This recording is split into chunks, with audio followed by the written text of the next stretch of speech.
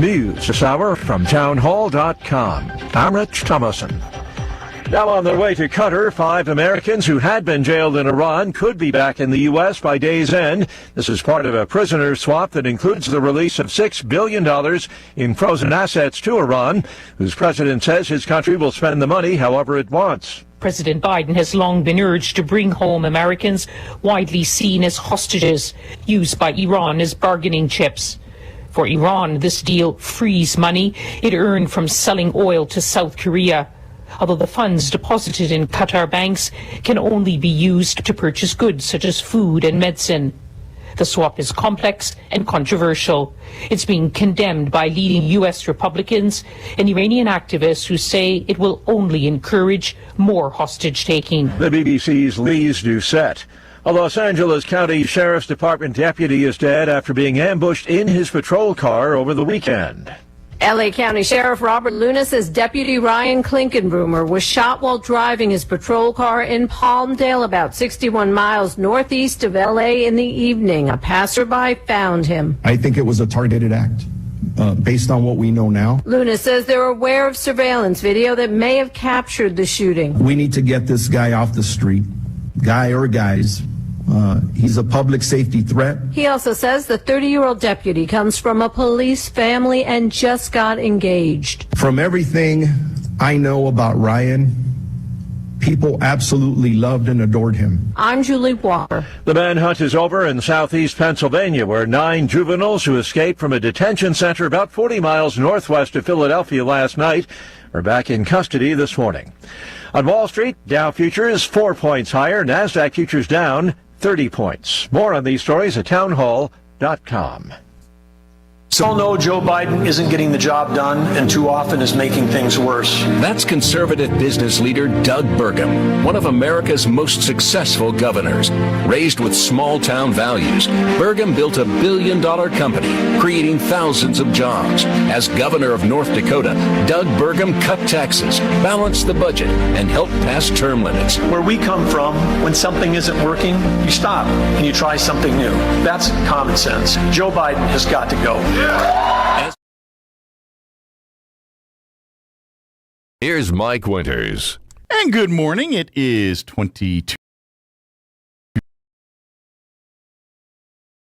War with China. Do you believe that the economy, energy, and national security are critical to our nation's future? Remember, that's why I'm running for president. Best of America PAC paid for and is responsible for the content of this advertising. Not authorized by any candidate or candidates committee.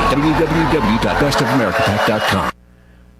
For years, there were warnings that flooding could compromise a pair of key dams in northeastern Libya with catastrophic results. Well, tragically, those dire predictions have come to pass. The experts repeatedly called for immediate maintenance to the 2 structures outside the city of Derna, but successive governments in the divided and chaos-stricken nation did not heed their advice.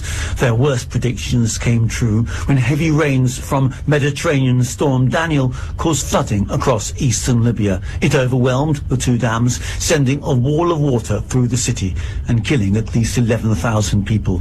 Entire neighborhoods were destroyed and people were swept to sea. The Libyan Red Crescent says more than 10,000 people are still missing. I'm Charles Dilatesma. Iranian state media reports a military drone has crashed during a test flight in northern Iran. 2 people injured, some buildings were damaged. News and analysis at townhall.com. In the midst of the war with Russia, Ukraine's new defense chief has fired a half-dozen top aides. Rustem Umerov is seen as a central figure in Ukraine's attempts to grapple with corruption. It was one of the defense minister's apparent priorities when he took office. The ministry continues to work as normal, was his attempted assurance in an online post as he confirmed the sackings of 6 deputies. Those removed included Anna Malia, who's been a prominent spokesperson since Russia's full-scale invasion last year. She was criticized last week after reporting an eastern village had been liberated by Russian forces, only to then backtrack, saying it was inaccurate and that fighting was still happening. The BBC's James Waterhouse. Ukrainian President Zelensky will visit the White House on Thursday for talks with President Biden. Tomorrow, Mr. Biden, who's visiting New York for the UN General Assembly's annual meeting, will be addressing the world body. More on these stories at townhall.com.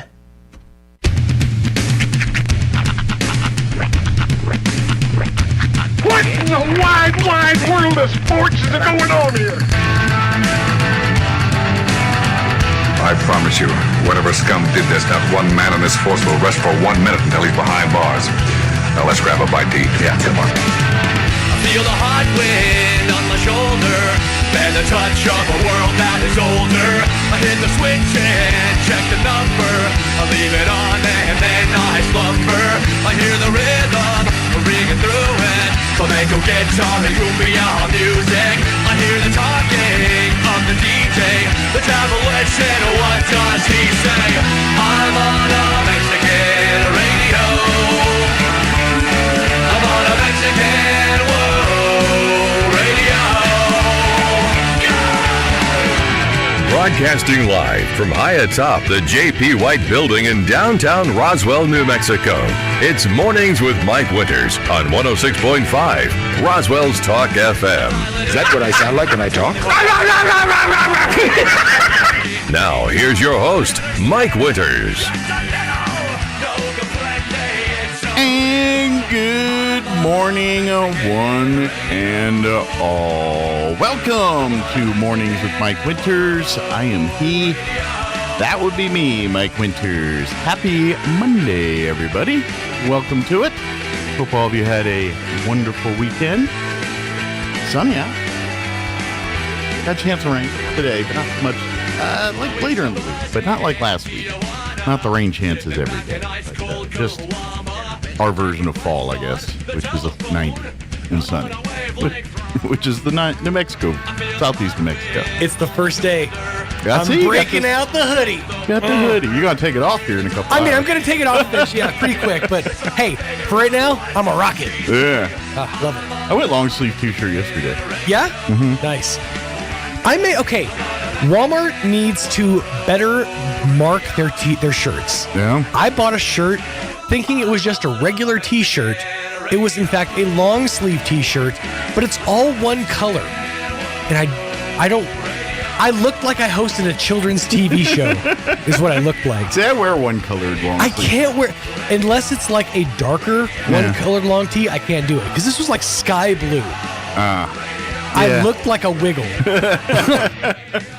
Squished banana, squished banana. It was bad.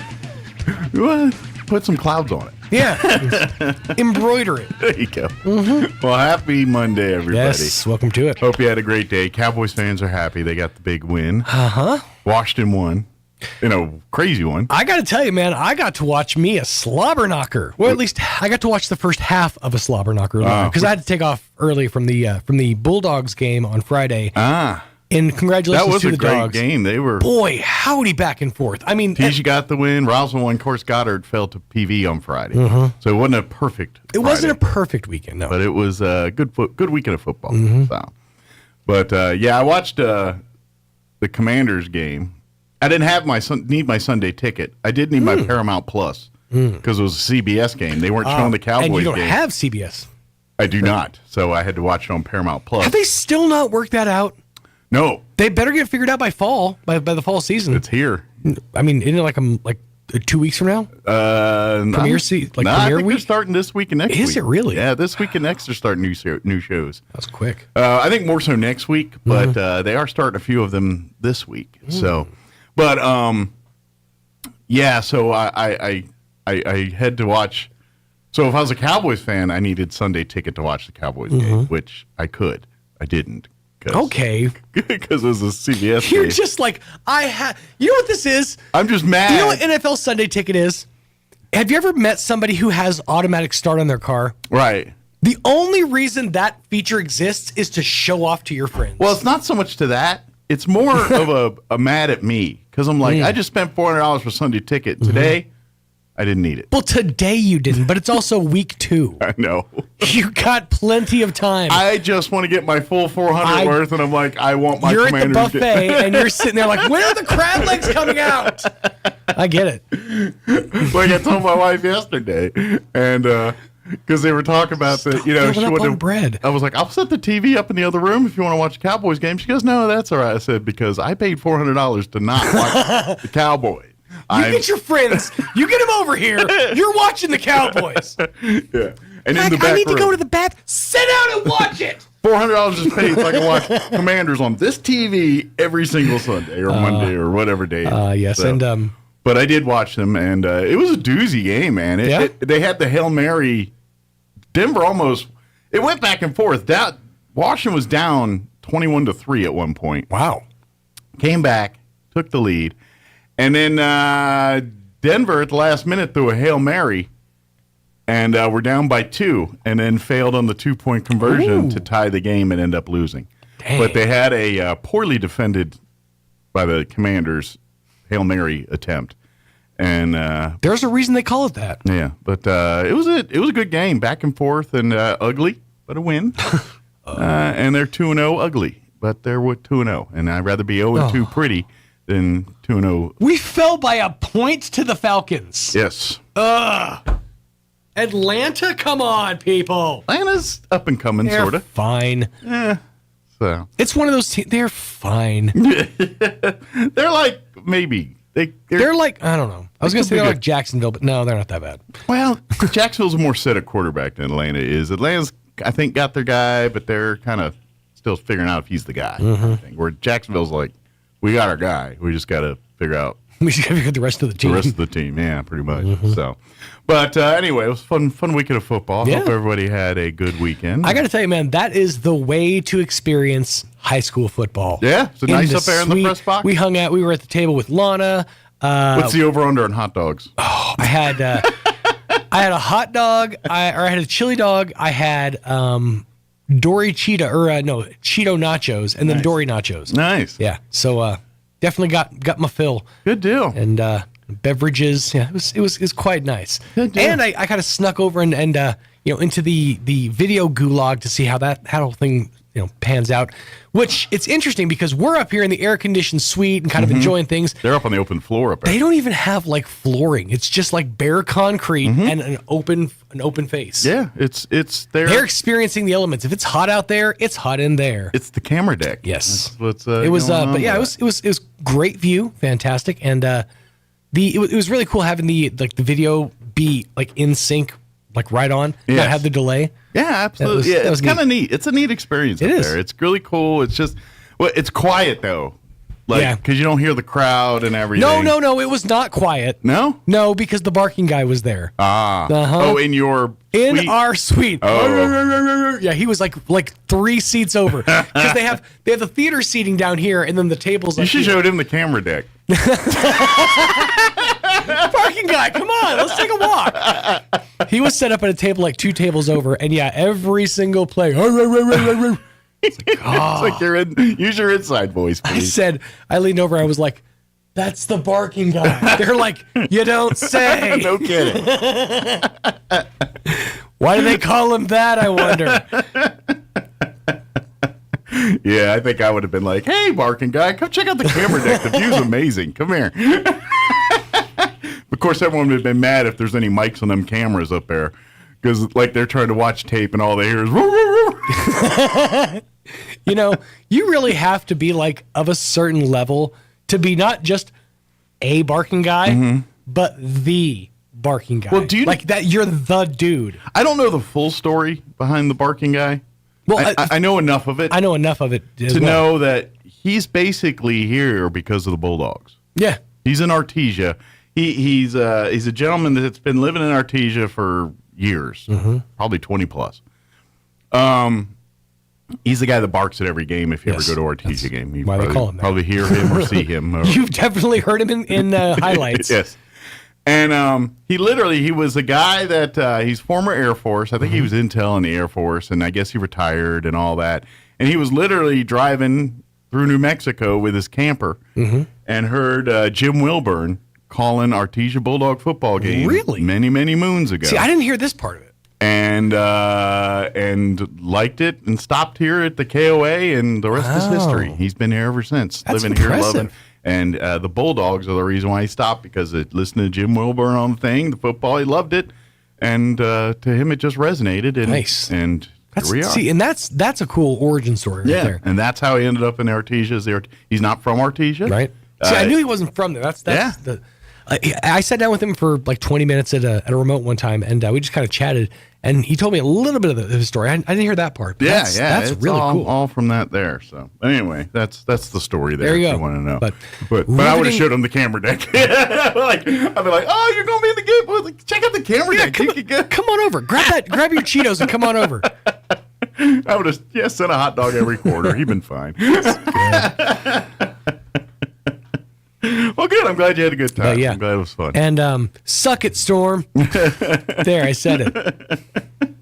He hates rain. I do. Can't stand the stuff.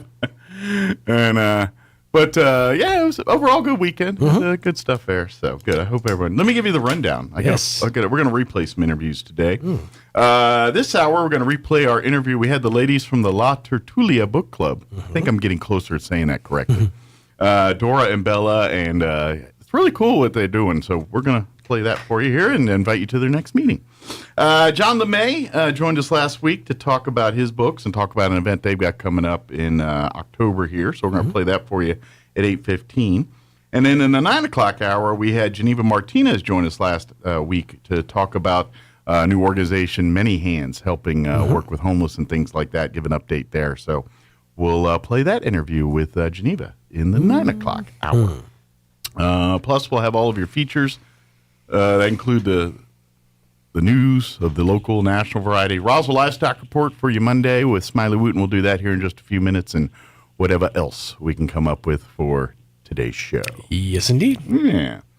I'm trying to think. There was something else I was going to mention. It just slipped my mind. I happened upon a street fair this weekend. Oh, yeah? Well, I was in Artesia over the weekend, on Saturday into Sunday.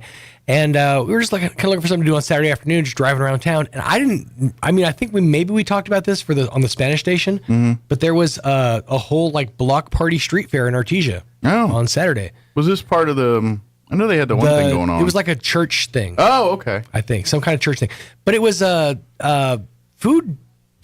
What they did was they had like a truck that was selling coupons or tickets, coupons, and you'd take your coupons and you'd go to the different booths and you'd spend your coupons for food and beverages. So it was basically they were taking the number of tickets that each booth was getting, kind of like rating each person's food. It was like a contest, essentially. Okay. Like a nice, cook-off. Oh, okay. So yeah, I had some gorditas, like the old school kind, like the meat pocket. Oh, they were so good. Yeah. And went old school with like some horchata. It was really nice. It was like a happy accident. Nice. We were like, what's there to do in Artesia on a Saturday afternoon? Oh, hey, there's a street fair. Nice. I had a good time. Ate lots of food. It was fun. Yeah. Rolled back to home afterward. Although it is depressing when you buy a set of coupons, a set of tickets, and you don't spend all your tickets, because then you walk away. You're like, I didn't spend $6. I guess I'll just keep these tickets as a memory.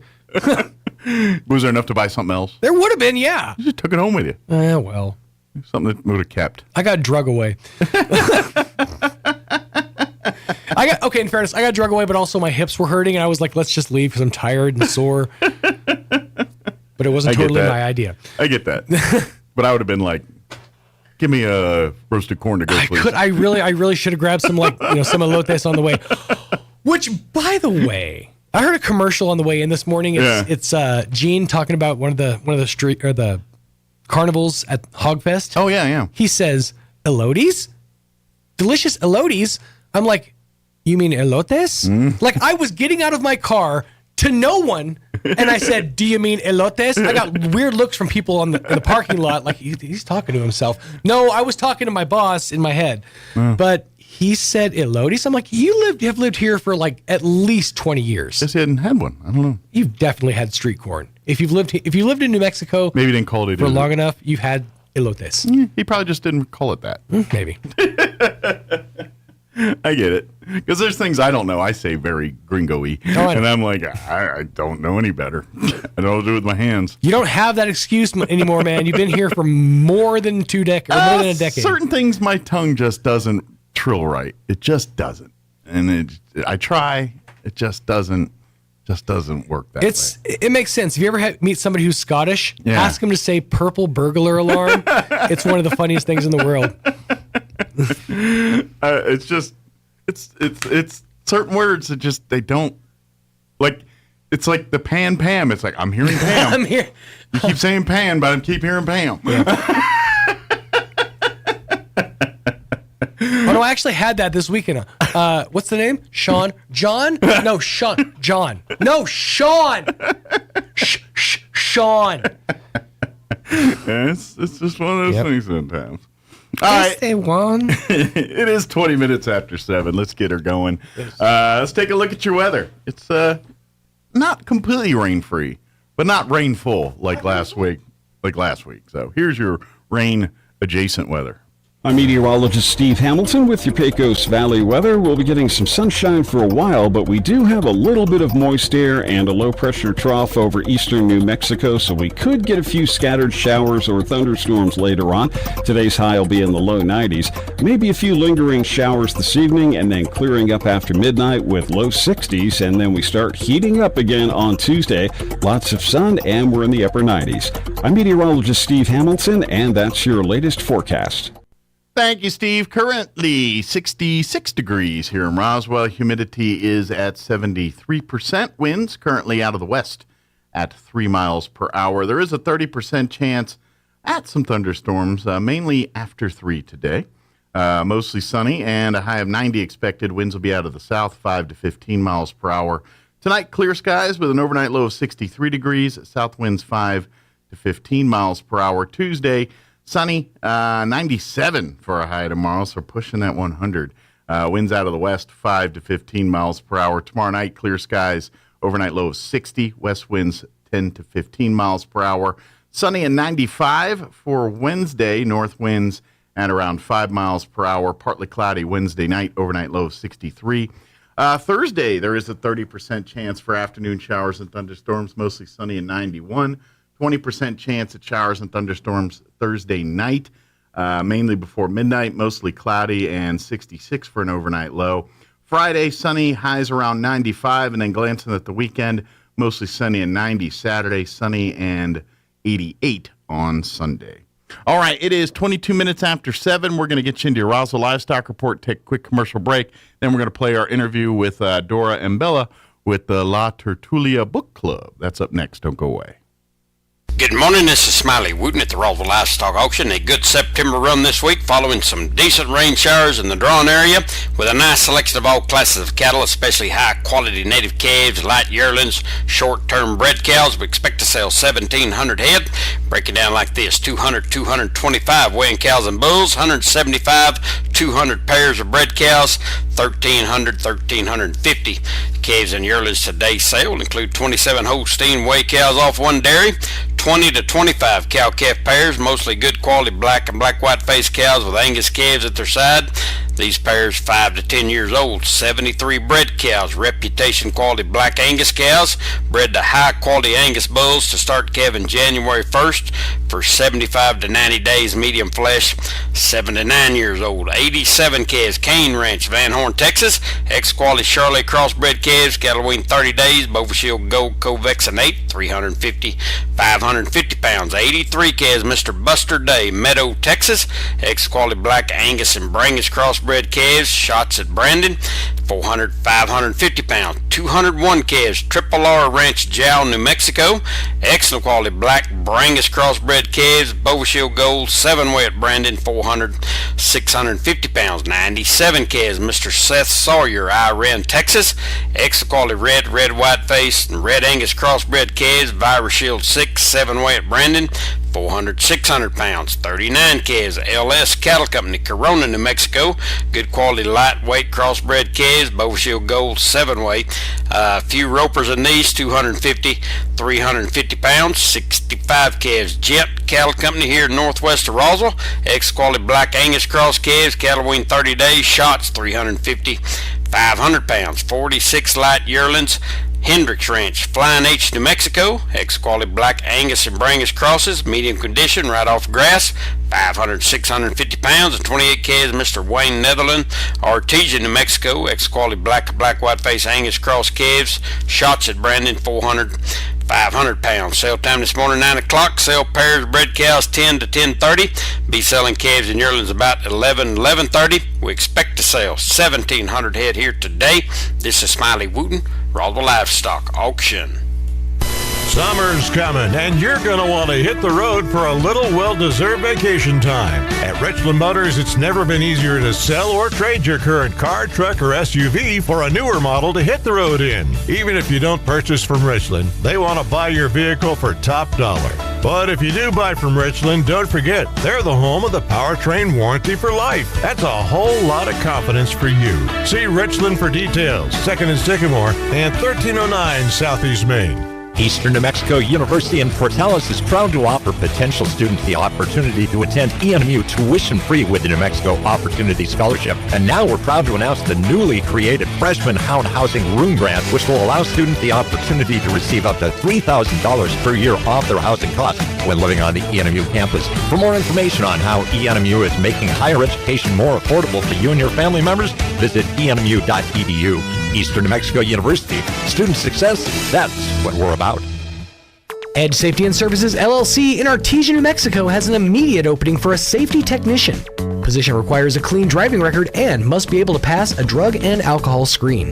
Edge Safety offers great pay with IRA benefits and employer contribution towards health benefits. Please email resumes to edgecoding@yahoo.com or apply in person at 402 West Main Street inside the Edge Safety and Services facility. Edge Safety and Services LLC is an equal opportunity employer. Hey CVE members, have you scheduled your no-cost home energy audit? If not, it's time to sign up. Call 575-746-3571 to get your name on the list for a free home energy audit. Weather stripping, new door sweeps, minor repairs, and much more. Start saving money and keep that purchased air in your home. Central Valley Electric Cooperative is happy to partner with Green Metal Energy for this valuable audit. Again, 575-746-3571. Here's a Mornings with Mike Winters fun fact.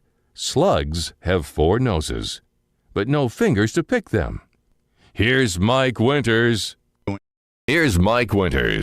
And good morning. It is 22 minutes after 9 o'clock, and joining us in studio this morning, we have, I'm going to try to see if I get it right here, but we also have Dora Gonzalez and Bella Romaine joining us this morning. Good morning, ladies. Good morning. And they're with the La Tertulia Book Club. I forgot the extra IN at the end. You got it. Yes. Good morning, ladies. How y'all doing today? We're good. Good Great. deal. Rainy, loving the weather. Enjoying the nice change of pace. It's nice to get good book reading weather. Yes, we were just yes. talking about this before you guys were on here. I was like, this is the perfect day to get you a book.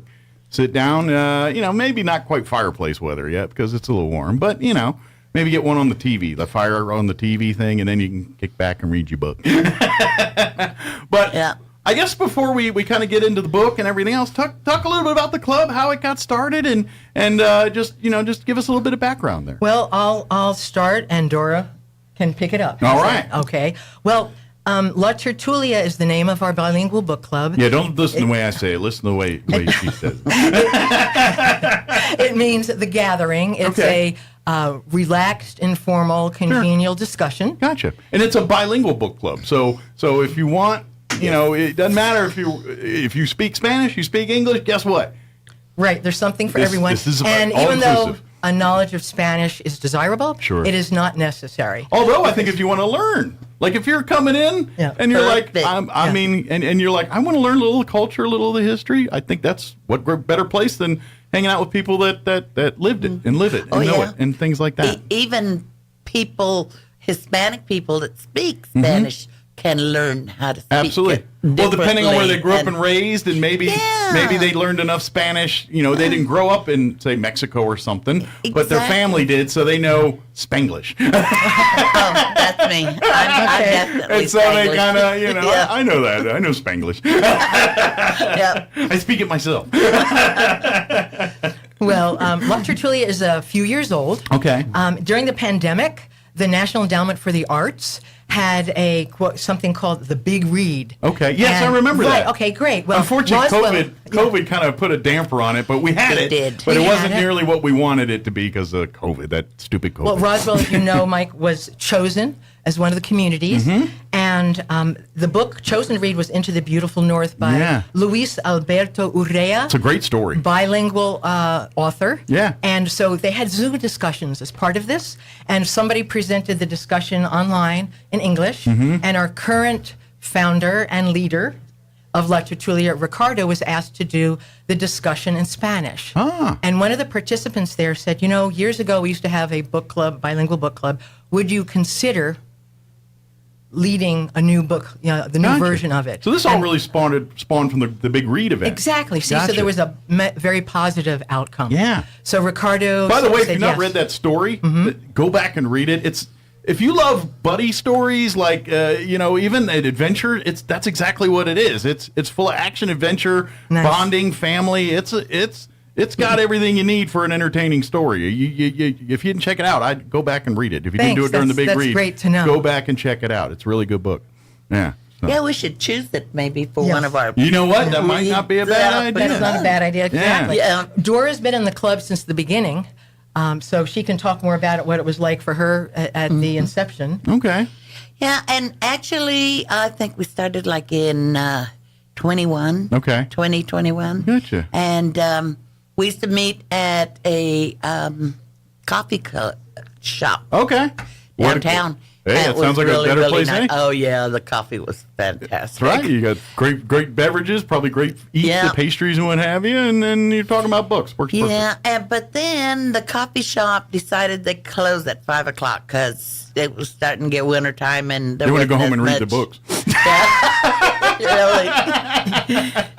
So we moved on over to something that would be more easily, for Works us with people's for the schedules a evening. little bit better. Yeah. And Ricardo, he is a school teacher, so he had to go back to school. So we had to move it over to the evening. He had a day job he had to go attend to now. that pays the bills. Yeah. That pays for the books. That's a necessary thing. We got to do that. We currently meet at Pepper's Grill and Bar. Okay, no place to get great food, by the way. That's it, and they are Awesome very food. Hospitable. And Just don't spill any soup or anything on the book. That's be a little no, it's your my own biggest book most fear. of the Oh, time, so spill all the soup you want at your book. The books are usually available one or two at the library. Good deal. So if you want to get one I there. get my books secondhand. No, good deal. Online. Perfect. Or you can, a lot of times, get them on Kindle. Yeah. The current book that we're reading is available on Kindle. And then when you're done with it, maybe not the digital version, but if you got the physical copy, donate it to Books Again or one of our other great organizations, or give it to a friend to read. Or we share them with our members that have not read those. Yeah, exactly. It's like, hey, I read this book in because we always have book new club. members. Yeah, and this is a great book. You should check it out. Here, give it to. I'm done with it. You read it. So yeah, it's a great idea. But anyway, we'll get the copy. We have a very nice, diverse meeting. The people range in age, I would say, from 30s to 80s. Oh, great! And so you get a lot of perspectives, a lot of different. Yes, very talented. Last time we had, let me see, Ricardo is, as Dora mentioned, an instructor at Goddard High School Spanish. Okay. He's also a coach, plays the flute, leads our discussion. He's a multi-talented person. We're very fortunate. Yeah, matter of fact, we're going to get the flute ensemble in with him here later next month. And he'll be great. We're working on times now. Nice, But we've had, let me see, last time we had a veterinarian, another person who's taught Spanish at New Mexico Military Institute. We have artists. We have several authors. We're going to be reading some of their books. Local Roswell authors. Love that. We want to support them. Give them some exposure. Exactly. And this is what I love about, and this is any book club. I mean, this one particular, because you get really that bilingual side of it, but any book club's a great thing because if you love to read, it forces you to read things that you pigeonhole yourself. We just do. Exactly. When you buy books or you get pigeonholed. I'm into mysteries. I'm into romance. I'm into whatever. Stephen King. Whatever we pigeonhole ourselves. And then when you go to the library, go to the bookstore, or whatever, you draw right to those books, and then you kind of miss. This forces you to read books that maybe weren't something you'd pick up yourself. Exactly, like poetry. Yeah. Or maybe it's a book that you're like, this is a little deep for me. But having 10, 12 other people read it with you gives you 10 or 12 other perspectives. You're like, I interpret it this way, but someone else could read it and be like, I took it this way. And then you're looking like, you know what? I never thought of it that way. That's a good point. Or, I would agree with you except for this, that's excellent point. We have some great discussions. Yeah, Mike. and that's the part I love about it. The books are all by either New Mexican authors or authors who live in New Mexico. So our current selection, by the way, is On the Edge of the Wild, Passions and Pleasures of a Naturalist. Doesn't that sound wonderful? It does. By Stephen Bodillo, and he lives in Magdalena. Okay. But we've had, if you want to learn even some Spanish, one of the bilingual books was Mi Abuela Fumaba Puros. Okay. And my school Spanish, I knew my abuela fumaba means my grandmother smokes. I had no idea what puros was, and it was like cigars. Oh, and okay. so I was like, I said, that could change the whole meaning of this story depending on what she smokes. Interesting. I'm not going there. I was like, what is she smoking? I don't know. I'm curious. Cigars. But as someone who's not a native New Mexican, I've learned a whole lot about the culture, some of the myths and stories, some of the background. Love it. It's fascinating. It's really opened my eyes to a lot that I did not know. And it's I love that because because I'm from Maryland. I grew up and I'm born and raised in Maryland. I've been in New Mexico 20 years. Military brought me here. So I'm a transplant New Mexican. I spent almost as much time here as I have in Maryland. But I didn't know the traditions, the things that, Dia de los Muertos, even, the Zozobra stuff that's Albuquerque. That. Yeah, I didn't know any of that. And then since I've moved here, I learned about it. I'm like, what a great tradition. What a great La way Llorona. Yes, the wailing woman. Yeah. Ever since I read that, on dark nights with the wind blowing, it's great. Okay, great. It's just kind of ruined my enjoyment of the But these books were written mainly for the children to watch themselves, to be safe. Sure. That's how the parents got them home. It's kind of the nursery rhymes that maybe some kids hear. The Mother Goose stuff you heard as a child. Yeah. With the Llorona, you should not be near a railroad. You should not be splashing in the river. So don't walk under ladders. Acequias, they're very dangerous and. It's nice. Albuquerque, Yeah. Some of the titles. But I love all that. I love the tradition. Yeah. Some of the titles that, this is just a brief selection. Mysteries and Miracles of New Mexico. I mean, doesn't that draw you in immediately? I'm curious. Yeah. All the Pretty Horses. Some of them are by really well-known authors, and some are by authors. All the Pretty Horses by Cormac McCarthy. Made into a movie. That one got big. That one got national attention there. Yeah, that one did. There's Romance of a Little Village Girl. This is an autobiography. We have history, we have nonfiction, we have autobiography. So it's like a little different subject each book. Each time you have a new book. Exactly. It's all different. So Fire on the Mountain by Edward Abbey. Mayhem Was Our Business. Memorias de un Veterano. This is a veteran by Sabine Ulibarri. He's recounting his experiences in the war. Oh, very personal, very poignant. Just something very interesting, very funny, and bilingual, everything. English and Spanish. Awesome. What I love about those is you get, we learn history, we see history, but you don't hear as much the people that were living and walking in it and hearing their perspective, and it's usually different than what you read in a textbook. You know what I mean? And so to have those personal memoir stories like that. Those are the real accounts of history you need to pay attention to. Incorporate that into what you learn in a textbook, because that really gives you the feel of, you want to learn about the Civil War, read the textbooks, but read the diaries, read the personal accounts of people, reading their own memoirs. It brings it to life. You really learn the sentiment, the feeling. And you learn about the different areas of New Mexico. Ulibarri, he's from Tierra Maria. I'd never been there, and I've lived here all my entire life. Sounds like you need to make a road trip. I want to go. Now I do want to go. And that's the other thing, too, is books inspire you to do stuff. Exactly. I'm trying to convince my husband to go to Taos now. And we want to go, of course, before the winter sets in. Yeah, before it gets actual snow and stuff. But we did on the edge of Taos. That's a July thing. Go up to Taos. Okay. It's nice and hot down here. It's nice and like 80s up there. Yeah. I'll keep that in mind. Yeah. Thanks. Yeah, that's the time to go when it's warm. Go hide up there. When it's cold, they can have it. But so So the next book club meeting will be coming up here on September 20th. Right. And where do you guys meet at? Okay, it's 5 p.m. At Pepper's. It'll be at Pepper's Grill and Bar. This time it'll be in the back room. Okay, that little that private room in the back, room they got there for meetings and private stuff, there. And some of us get there a little early, like sometimes 4:30ish or something, go about so the we can specials. Socialize a little more, right? Talk about and the book, and again, the selection is On the Edge of the Wild: Okay. Passions and Pleasures of a Naturalist by Stephen Bodio, Bodio. Okay. And pick up a copy. We'd love for you to join us. All your listeners. It took me months because when I read about it, I said, "Oh, that sounds nice," but my Spanish isn't good, and I let my concern about that keep me from joining. And your own finally, hang-ups. And finally, I said, "You know what? Heck with it. I'm going." And everybody is warm and welcoming. I've learned some interesting dichos, which is proverbs. You know. And so that's the other thing too. Expand your social circle. Maybe you just made some new friends here, and now you got lunch buddies and dinner dates and movie buddies or shopping buddies or whatever. You got that. You got a friend in there. That reminds me, for somebody who might be new to the area, Pepper's is at 500 North Main Street in Roswell. Big white can't miss it. But follow your nose. Smell the delicious meats. They have good food, good attitudes. Everybody is very warm and welcoming, which is great. Yeah, so it's a good place to gather. That's why a lot of places gather there, because it's good food, good people, and just stop by, or you could call Ricardo. Yes, I have actually Ricardo. Said we can call him. Ricardo's probably your best if you have questions or want more information about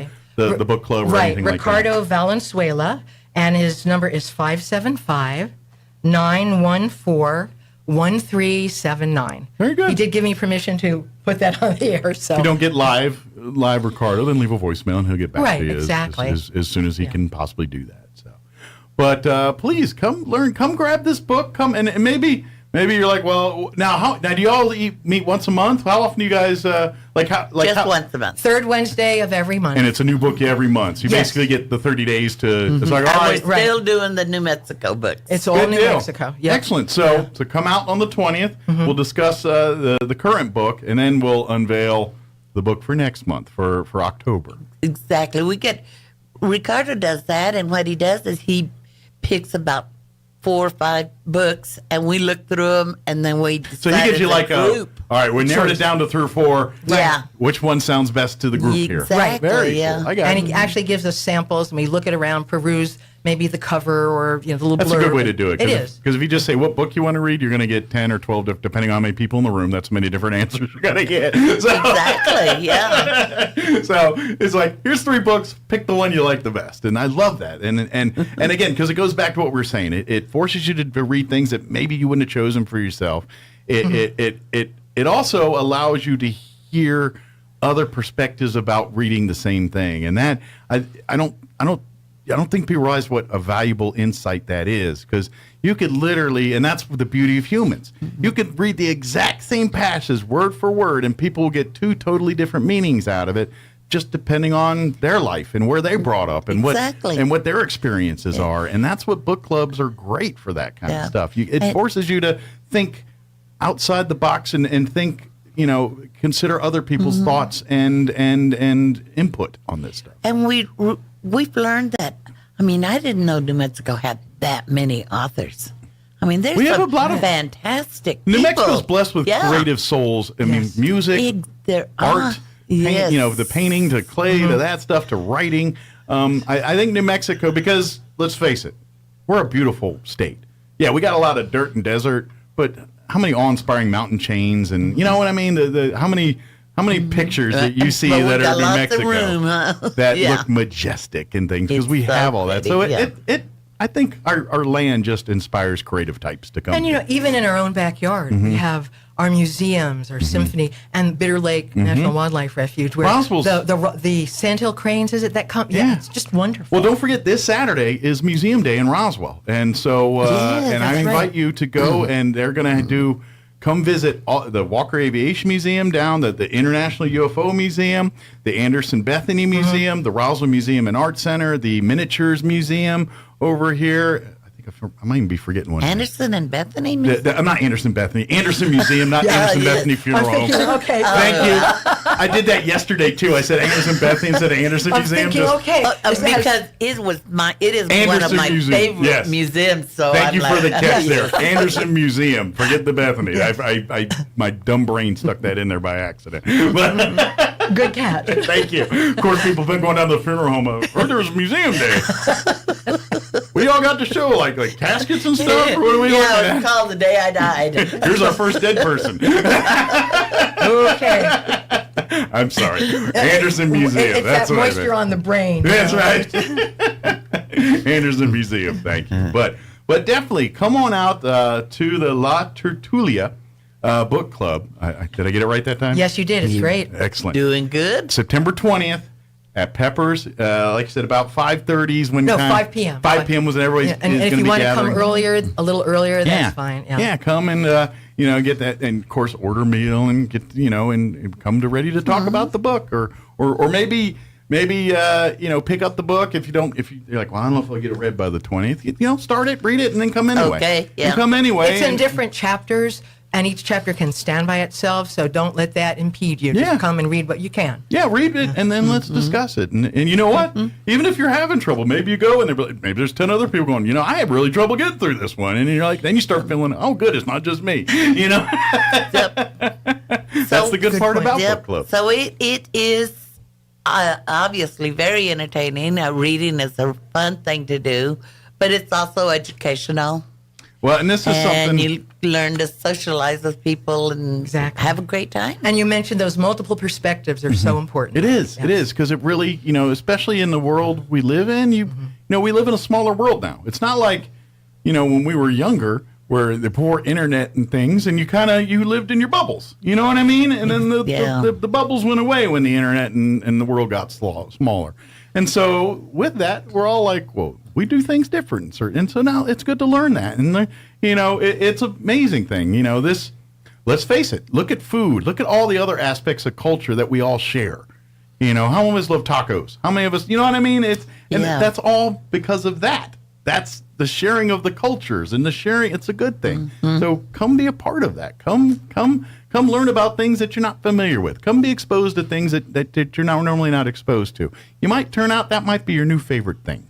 Or it might be something that you're like, I had a negative thought on something.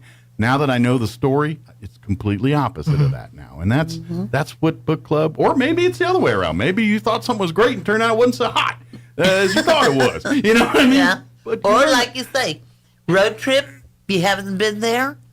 You read about inspire it. You to go see and do other things.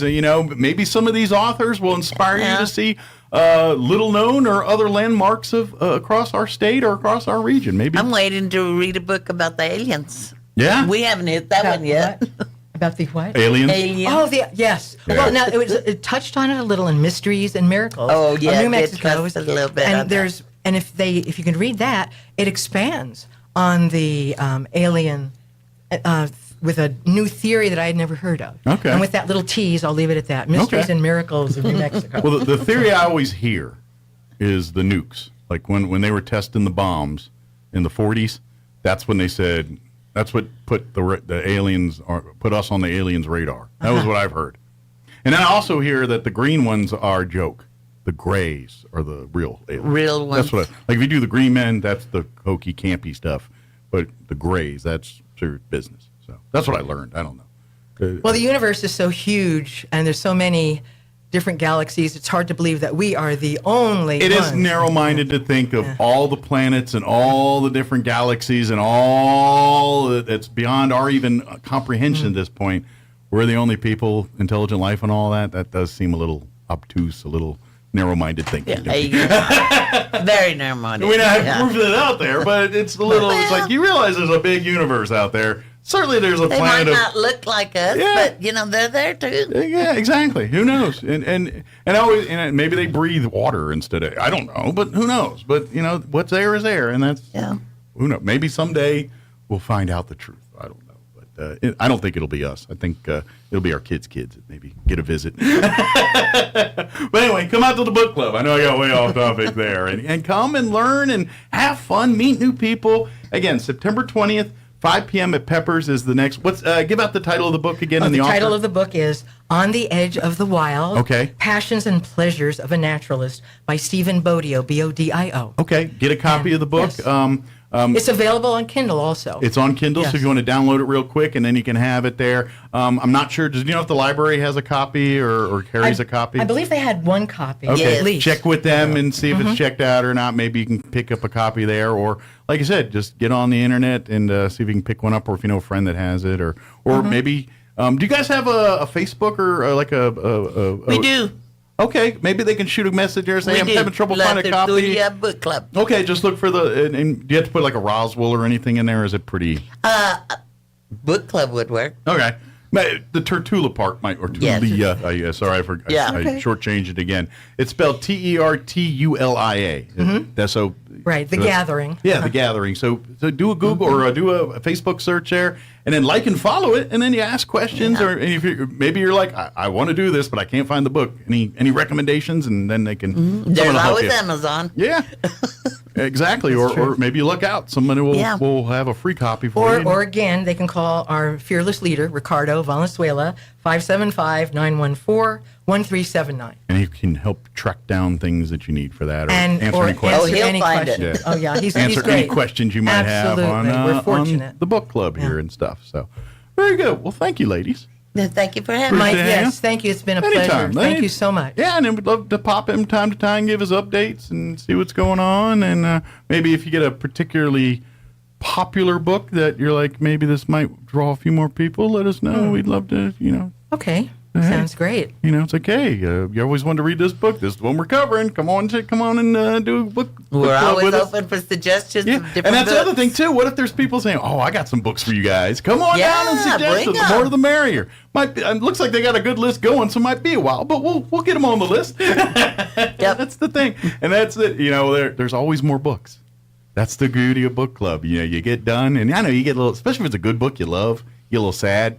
I don't know, do y'all do that? Like if you're it's like, dang, I'm almost done the book. What am I going to do? I kind of don't want to finish the story. I want to keep it going. I reread the last chapter. Yeah. Like, I don't want to finish it. And so that's why I like series, because I'm like, oh, at least there's another book to keep the story going, that way you can kind of mitigate that. Oh, we're sad that this one's done, but guess what? It's going to be a new one right around the corner here. And there's always something new to learn. For example, one of our books was dealt with a curandera, a healer, using traditional healing arts. There's always something so it's fascinating. Yeah, all kind of thought-provoking or things you just would have never, maybe you're just like, oh, it's pretty interesting. I would have never thought about it till someone presented a book with me about it, kind of thing. So please come be a part of it and come and one more thing, get your kids reading. I don't care what it takes.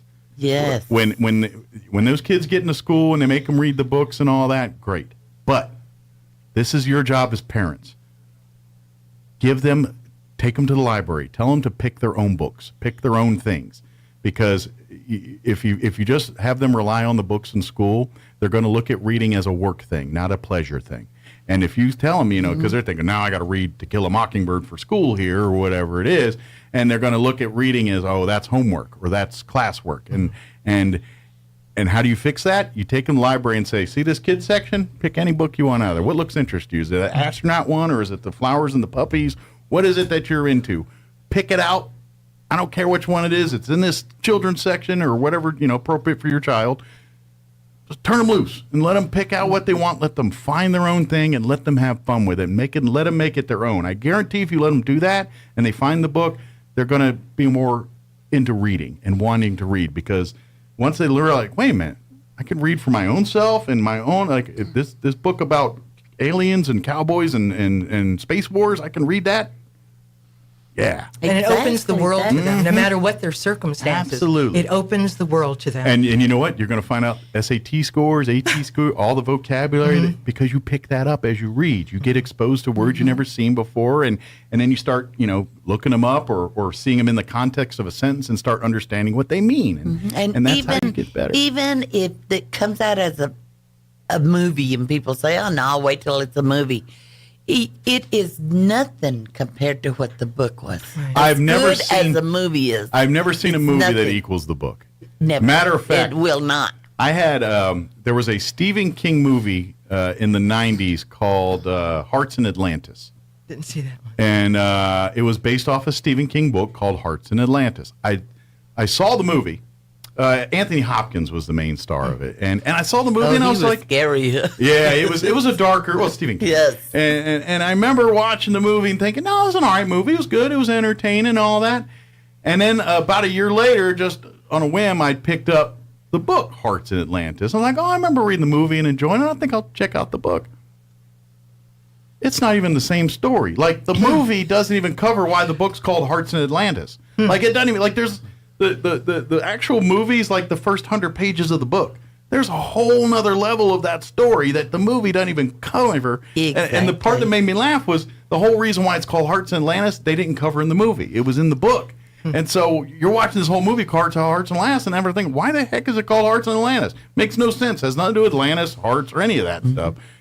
But if you learn in the book, it started, there was a little group that played, they were little college kids, and they called their little group Atlantis, and they played Hearts every Thursday night. So it was Hearts in Atlantis. None of that's in the movie, though. But anyway, to your point, almost never is the movie better than the book. The only time I will give you, I'll even lend that argument, is the first couple Harry Potter movies. Like the first two of them follow the book pretty meticulous. Once the books get thicker, then they start branching away. Yeah. But that's the only time I've ever watched a movie and saying, wow, they actually stuck to the book pretty close there. But past that, no, they ruin them. So go read the book, get the good version. Good deal. Thank you, ladies. Thank you again, Mike. Thanks for having fun with me. We'll see you next time. Thanks. Looking forward to it. All right. Well, take care and stay dry. Get you a good spot to read a book. I know. It's nice out there. I'm loving it. It's good reading weather. So maybe if you haven't finished the book yet, maybe today's the day you can knock it out. That's a great idea. Good idea. Good place to curl up and read the book. All right, it is 9:50. Let's pause for local news. Your Sean Hannity update. For the Roswell Coyotes knocking off Carlsbad on the road in football action Friday night, 41-7. As Roswell prevails, they'll host Clovis next week, this coming Friday at 7 o'clock. Meanwhile, Goddard is surprised a little bit by Pietra Vista losing at home 21-7. The only surprise there is because Pietra Vista had not won a game up to that point. Goddard is now 3-2. Dexter wins a thriller at Eunice on Friday night, 44-43. And the Demons are still unbeaten at 5-0.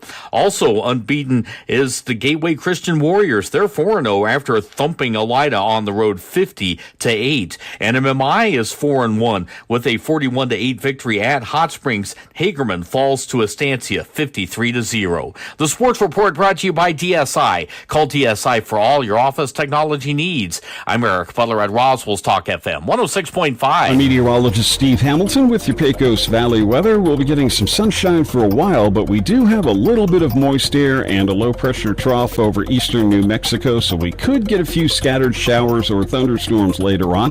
Today's high will be in the low 90s. Maybe a few lingering showers this evening, and then clearing up after midnight with low 60s, and then we start heating up again on Tuesday. Lots of sun, and we're in the upper 90s. I'm meteorologist Steve Hamilton, and that's your latest forecast. Hey, this is Jennifer from Trustmark Roofing. Every storm chaser's worst nightmare. You know storm chasers, those out-of-town roofers that descend on neighborhoods after big storms. They come in, do a crummy job, then poof, they're gone forever. Well, a few years ago, our area had a hailstorm, and right on cue, storm chasers showed up. I was driving home from work one evening and saw one talking to an elderly lady on her porch. I said, "Not today, buddy." I did a U-turn, pulled in the driveway, and walked right up to them. I warned the woman who they were talking to, and I chased away the storm chaser. The woman's daughter called me later and said a storm chaser ripped them off a few years ago. She thanked me for stopping this one and chose Trustmark for her roof. Trustmark Roofing. Every storm chaser's nightmare. Every homeowner's champion. Call today for your 20% off coupon for our spring and roof gutter maintenance service. 575-755-ROOF or visit TrustmarkRoofPros.com. Trustmark Roofing, we put people first. Did you get a lowball trade offer on your vehicle? Did you spend hours haggling over prices? Were you laughed at because of your credit? Of course not. You made the smart choice and went to Roswell Ford. At Roswell Ford, there's never been a better time to save thousands and get approved for the new car or quality pre-owned vehicle you've always wanted.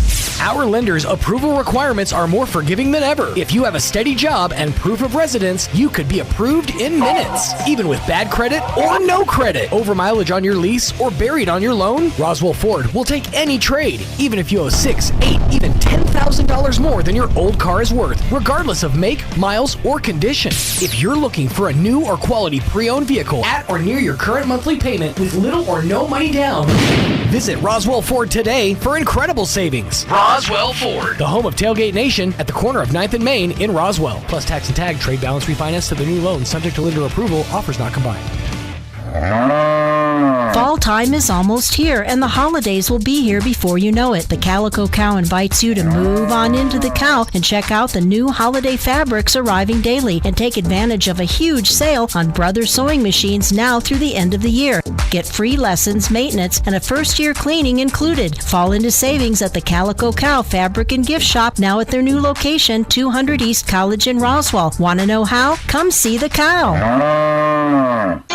Bill Cunningham is now in Roswell on 106.5 FM, KEND Roswell. News this hour from townhall.com. I'm Rich Thomason. Iran is a big step closer to getting a hold of $6 billion in frozen assets being unfrozen by the Biden administration. The funds have been transferred to Qatar, which is a key step in returning the money to Tehran. While the Biden team insists the funds are earmarked for humanitarian purposes, Iran's president has said the Islamic Republic will spend that money as it sees fit.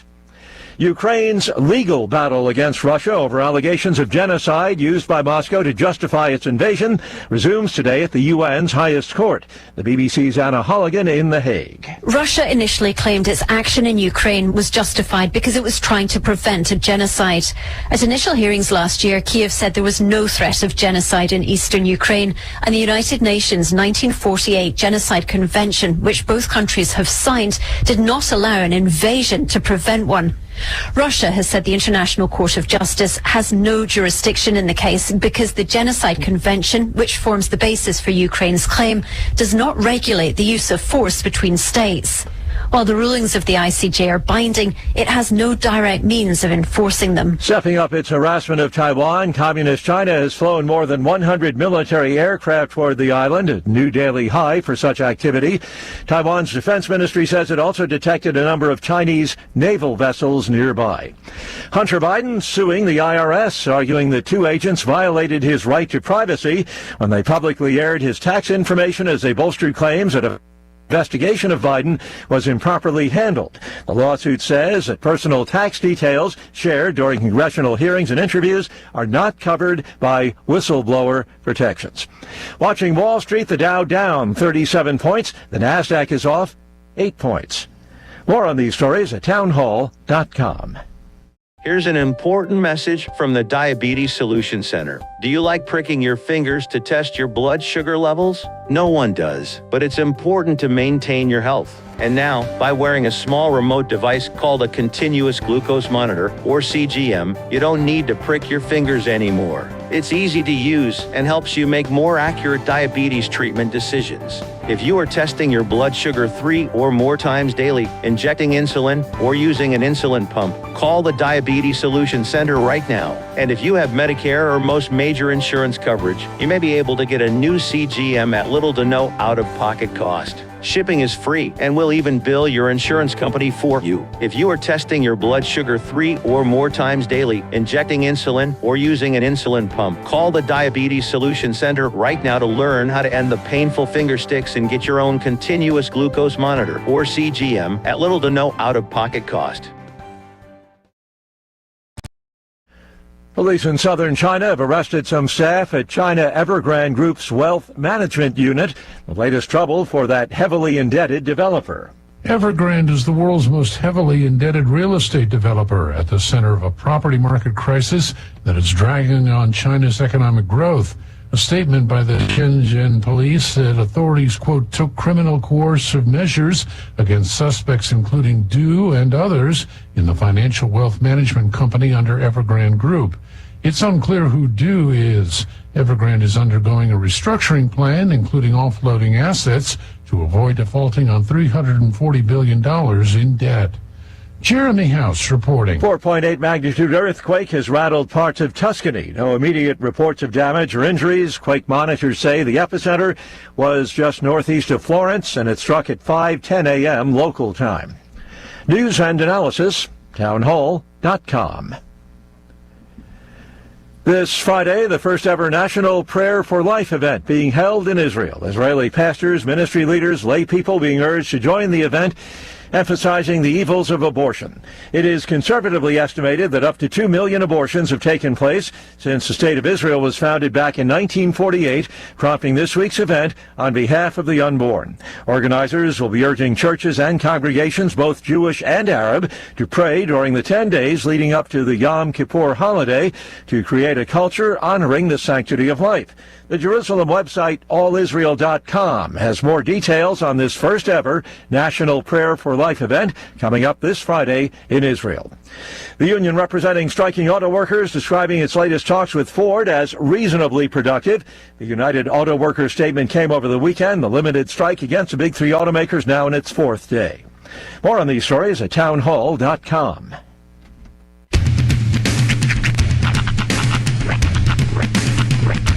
What in the wide world of sports is going on here? I promise you, whatever scum did this, not one man in this force will rest for 1 minute until he's behind bars. Now let's grab a bite to eat. Yeah, come on. I feel the hot wind on my shoulder and the touch of a world that is older. I hit the switch and check the number. I leave it on and then I slumber. I hear the rhythm ringing through it. Flamenco guitar and cumbia music. I hear the talking of the DJ. The devil listen, what does he say? I'm on a Mexican radio. I'm on a Mexican radio. Broadcasting live from high atop the J.P. White Building in downtown Roswell, New Mexico. It's Mornings with Mike Winters on 106.5 Roswell's Talk FM. Is that what I sound like when I talk? Now, here's your host, Mike Winters.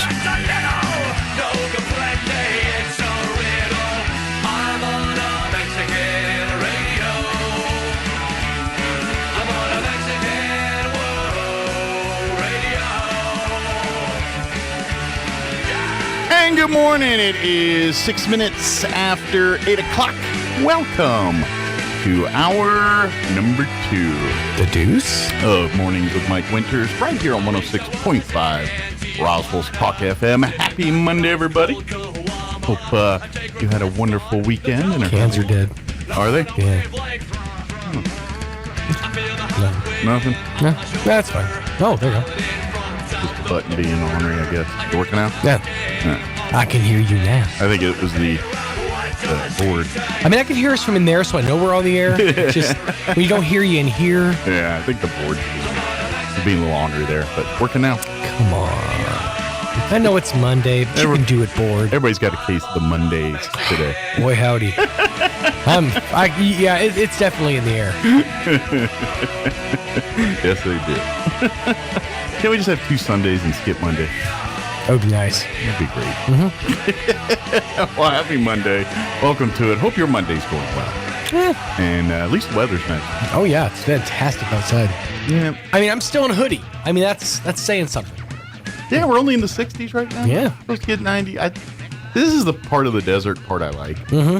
At night when it drops down to 60s, that's great. You don't experience that back east. When it's 90 and 100, it's like 80 at night. Right. and we're now finally to get to 80 at night with like all of the creatures howling, like the crickets, the cicadas, everybody just like making their noises. Skeeter City too. Oh boy, howdy is it? Yeah, it's way more skeeterish. And then they come out at night, so you sit out at night thinking it's cooler and you just get ate up.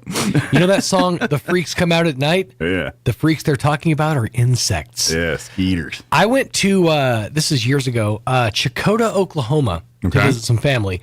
Chakotah, Oklahoma is a very, very small town, but is also known as the home of one Carrie Underwood. Oh. The birthplace / hometown of Carrie Underwood. Oh, they have a sign and everything? Yeah, they do. Okay. Oh, very much. They have the Carrie Underwood Civic Center. Oh, nice. The whole thing. But Chakotah is also home to, as far as I'm concerned, the largest insects in this hemisphere. Yeah? I saw mosquitoes that were like this big. I was sitting next to a bug lamp, and you'd have thought I was at an execution. Yeah. The sounds I was hearing, I think I even heard screams. Do they rival the size of the cockroaches in Texas? Oh, they were so... It was like, I mean, just massive bugs, and like jumping at my neck. Yeah. And, I wasn't sure if they were out for blood or what. The biggest cockroach I've ever seen in my life was at tech school in Wichita Falls, Texas. I was there at the dorm, and that place is relatively clean because, Sure. It's military. Their inspections, they're always cleaning something there. Mm-hmm. And I swear, one day I was greeted at the door of my dorm by this cockroach that was like 6 inches long. Wow. And I'm pretty sure I stepped on it and it caught my foot and said, Nope, not today. That all you got? I stepped on it and it kept going. Was that raid? Yeah, buddy. I was like, you win. He opened the door for you. He's like, come on in. I stepped on it and it kept going. It just moved down the hall. I said, it's y'all's problem now. But if that ever happens, you know what happens? Yeah. You move. Yeah. He lives there now. Well, it's his place. I was ordered to be there, so I didn't have a choice. He's just sitting there with a Marlboro 100, just like, I was like, come on in. I was like, what are they feeding these cockroaches You can't around smoke inside. I'm a cockroach. What are they going to do? Told to the Step on me? cockroach. Yeah, right? He's literally going to do what he wants. I do what I want. He ordered a pizza the week before I left. 3 months in, he's making dinner. It's kind of nice. Yeah, my last week, a guy with a pizza showed up. I was like, I didn't order this. And the cockroach was like, it's mine. It's mine. Large pie cheese. Over here. I'm just picturing a cockroach just kind of like making himself at home on your couch, just flipping channels. What's up, Mike? Like, why don't you have cable? I can't. I'm in the military, man. I got 6 channels. What I got? The Armed Forces Network, okay? It's what we have. You will watch Deal or No Deal and like it. You don't even pay rent here. I don't even know why I let you stay. Oh, yeah, that's right. I couldn't kill you. Because you're tougher than me. That's right. Yeah, so I get it. So Oklahoma got their skeeters. Boy. Texas got their cockroaches. And them things were not jokes. In both cases, we're better off than Australia. Yeah. They when I was a kid and got to go to Australia and all, we stayed at of course we visited a lot of things, but there was a World Jamboree where we camped in the tents for like 10 days or 12 days or whatever it was. And of course, we camp. You live, and now it's not like low impact camping. So we have a dining fly and cooking, and it's camping. You're cooking on open fire or stoves and stuff. But the thing is, the flies there, you had to cover every food. Like if one fly landed on it, you had to throw it out because they carry something that gets people sick. Wow. And so you're fine unless they land on your food and everything. And I don't know if that's still the case today, but it was when I was there that particular time.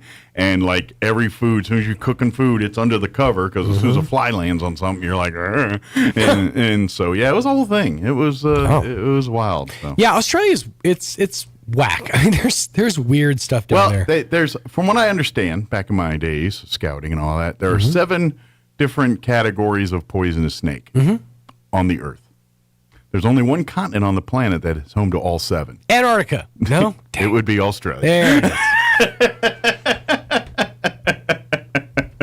is. So take that with what you will. Yeah.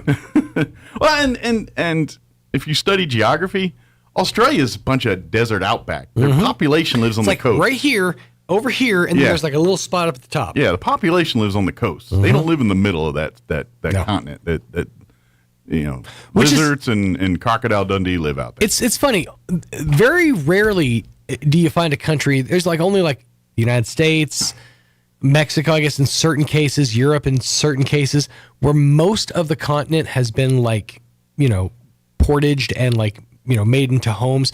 Canada is another one of those. It's like most of the population of Canada actually live below the continent or the divide. Yeah, because the rest border is tundra. Yeah, up there in Manitoba or wherever it is, it's desert with winter. I guess like Detroit is more north than like 60% of Canada. Yeah, because you go too far north and it's just tundra. It's nonsense up there.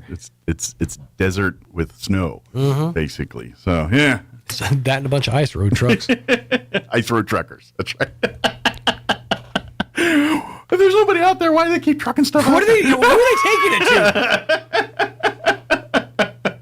We just eliminate the need. Where's ice road helicopters? I can't pull down for Ice Road Truckers Summer Edition. It's just a bunch of trucks sinking slowly. Ice road pontoon boat. That show every time, man. Back in the day, I used to watch. I was the same guy. The whole show was the same show. Yeah, it was literally them. Will he make it? Will he make it? Will they make it? Oh, he made it. All right. Exactly. Most of the show was a success. Everybody who watched that show was just waiting to hear a crack. Right. That's all they wanted. That's all they were waiting. And that was the show. You know, that was literally the show. But they had us for years. That was a good run for them. I don't know if that's still on TV. I don't know if it. There was a show. I think it was called The Most Dangerous Road. Yeah. And it was this. Carletta would know. It was a team of like rescuer, not rescuers, but like trucks that would like clear road paths and stuff, like the road department for this one place that was known as like the most dangerous road in Alaska. Okay. Essentially. And every show was them like moving a tree that had just like fallen onto the road to clear the path for like a fish truck or what. Okay. But it was riveting. Like I would sit there and just watch. It was my inner 7-year-old watching these like big machines moving trees and moving stuff off. It's great. I love that stuff. Yeah, I can get that. I can see how that's satisfying to watch. Very satisfying. But people that live there, it's like I'm not trying to do this. Whatever. You don't have to. That's what I'm saying. Everybody's like, we live in this dangerous. You don't have to live there. Roanoke, Virginia is an option. I'm just saying. You chose to live there. There is points to these things. So, although Roanoke had a mysterious disappearance many, many moons ago. So you're saying there's an opening? Could be. There you go. See, it's all about perspective. I'm talking like back in Jamestown times. Yeah. Okay, so the opening's they all just mysteriously disappeared. There was something different, something different there. They blame ghosts and whatnot, but I'm sure it's just disease and starvation or some practical reason. But it's like the Bermuda Triangle, right? Same kind of deal. But anyway, let me tell you what we got on tap for this hour of the show. John LeMay joined us last week, author and Historical Society member, and gave us an update on his books and event. They've got a Books in Blooms event coming up here in October, so we talk a little bit about that, and so we'll play that interview here in just a bit. Also, there's something else I was going to remind you, and I just completely spaced. The colony was first founded in 1585, but the colonists had disappeared under unknown circumstances when a ship visited the colony 5 years later. Things you didn't know about Roanoke, Virginia. I did not know. Oh, you didn't know about the Roanoke? I had no thing? idea. Yeah, That's neat. Well, I'm from Maryland, Virginia. We kind of learn those things. So get you full of factoids. Yeah, that's why they pay me the big bucks. There you go. I do want to invite boxing fans. Put this on your calendar. The Mexico Boxing Hall of Fame, they're going to be hosting their 2023 induction ceremony at the Roswell Convention and Civic Center on Saturday, the 30th of September at 6 p.m. This year, they're going to be honoring Daniel Cisneros, Delia Gonzalez, James Myers, Joey Olguin, and Rudy Lovato. A Lifetime Achievement Award is also going to be presented to Willie Hall Sr. Posthumously. Tickets for the dinner and ceremony are $40 and can be purchased at Bank of the Southwest at either location on 3203 North Main, right next door to us, or on 800 West Hobbs. If you have any questions, want more information, Ray Baca is your point of contact. You can reach out to Ray at 575-910-2222. Again, 575-910-2222. But Boxing Hall of Fame induction ceremony, Saturday, September 30th, 6 p.m. at the Roswell Convention and Civic Center. Dinner ceremony should be a night of fun. Dial 910 and then just keep pushing 2 until somebody says hello. Hello? Why you keep hitting buttons? Ray will punch you. He's a boxer, after all. All right, it is 19 minutes after 9 o'clock. Let's get you up to date on the weather. I'm meteorologist Steve Hamilton with your Pecos Valley weather. We'll be getting some sunshine for a while, but we do have a little bit of moist air and a low-pressure trough over eastern New Mexico, so we could get a few scattered showers or thunderstorms later on. Today's high will be in the low 90s. Maybe a few lingering showers this evening, and then clearing up after midnight with low 60s, and then we start heating up again on Tuesday. Lots of sun, and we're in the upper 90s. I'm meteorologist Steve Hamilton, and that's your latest forecast. Thank you, Steve. Currently 66 degrees here in Roswell. Humidity is at 73%. Winds are calm at the moment. We are looking at a 30% chance for showers and thunderstorms for this afternoon, mainly after 3 today. Looking at a high near 90 with south winds 5 to 15 miles per hour. Clear tonight with an overnight low of 63 degrees. Winds out of the south 5 to 15 miles per hour. Sunday, sunny, hot, and a high of 97. Winds will be out of the west at 5 to 15 miles per hour. Tomorrow night, clear skies, overnight low of 60. West winds 10 to 15. Wednesday, sunny, 95 for a high. North winds at around 5 miles per hour. Thursday, once again, looking at a 30% chance at afternoon showers and thunderstorms. Partly cloudy and 91. Otherwise, Friday, mostly sunny and 95. And then for the weekend, sunny and 90 on Saturday. Mostly sunny, 88. On Sunday. All right, it is 20 minutes after 8. We're going to take a 2-minute commercial break, and then we're going to play our interview with John LeMay on the other side. Don't go away.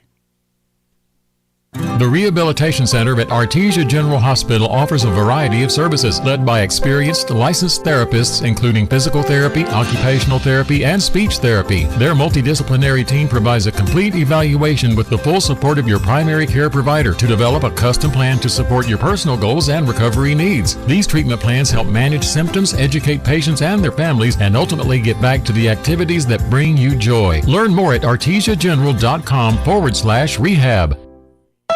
This may be the biggest sales event of the whole year. The greatest sell-off is on at Roswell Honda, and that means the race is on to save big. Like a 2019 Ford Fiesta for just $329 a month, or a 2011 Toyota Highlander for just $289 a month. Plus, push, pull, or drag in your trade, and it's worth at least $2,000 towards your next vehicle. Then join Roswell Honda September 23rd from 10 to 1 for free lunch and great prizes, including your chance to win an Xbox Series X Forza Horizon bundle. The greatest sell-off on now at Roswell Honda, 2177 West 2nd.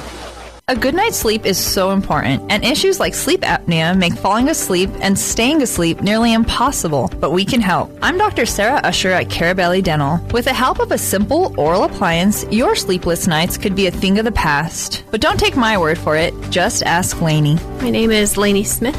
I wasn't surprised when I found out I had sleep apnea simply because I had a horrible sleep pattern. I attempted to use the machine and it drove me nuts and I could not sleep with it. And then that's when Dr. Agar told me about the oral appliance. I would suspect I've been using it for 2 years now. In all of that time, I've had less than 10 poor nights of sleep. It's a complete game changer. I feel a lot better because I sleep. This simple appliance can change your life. Call us today to set up your appointment so you can finally get the good night's sleep you need. Come see the team at Carabelli Dental at the corner of 9th and Main in Roswell, or call 575-622-4455.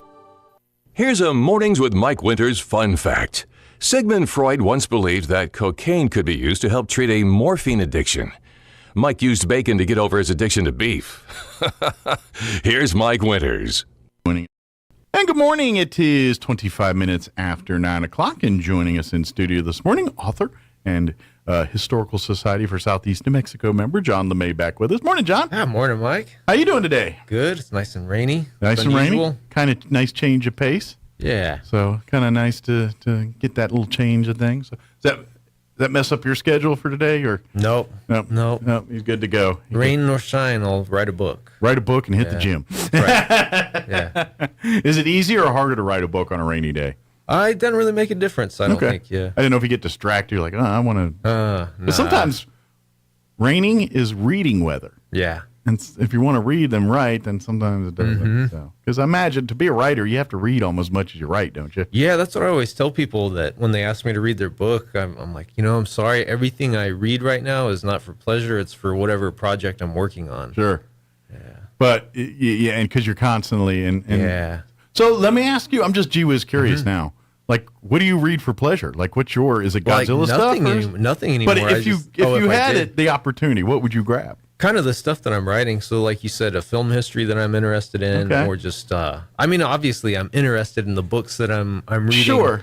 It's just like they're technically for work. Right. Yeah. I just didn't know it like when you're like, hey, I want to read something, like you're just like, I'm going to grab some kind of, I don't know, trashy romance novel or a Stephen King book or something like that, some work of fiction. Yeah, no fiction lately anymore. Okay. But yeah, like my newest book is the New Mexico Book of Witches. Yes. So I enjoyed reading the old historical accounts of real witchcraft in New Mexico. It was really fascinating. What people believe, what their methods were to ward it off, things like that. What do you cover more modern to the older stuff, or more the older, or a little bit of both? I stuck to the older stuff. Okay. I feel like the modern stuff, because some of the people could still be alive, is more scary. But well, I just thinking were they doing like what they were doing in the 30s? Is it different than they say they're doing in the 1850s or something? No, not too different. No.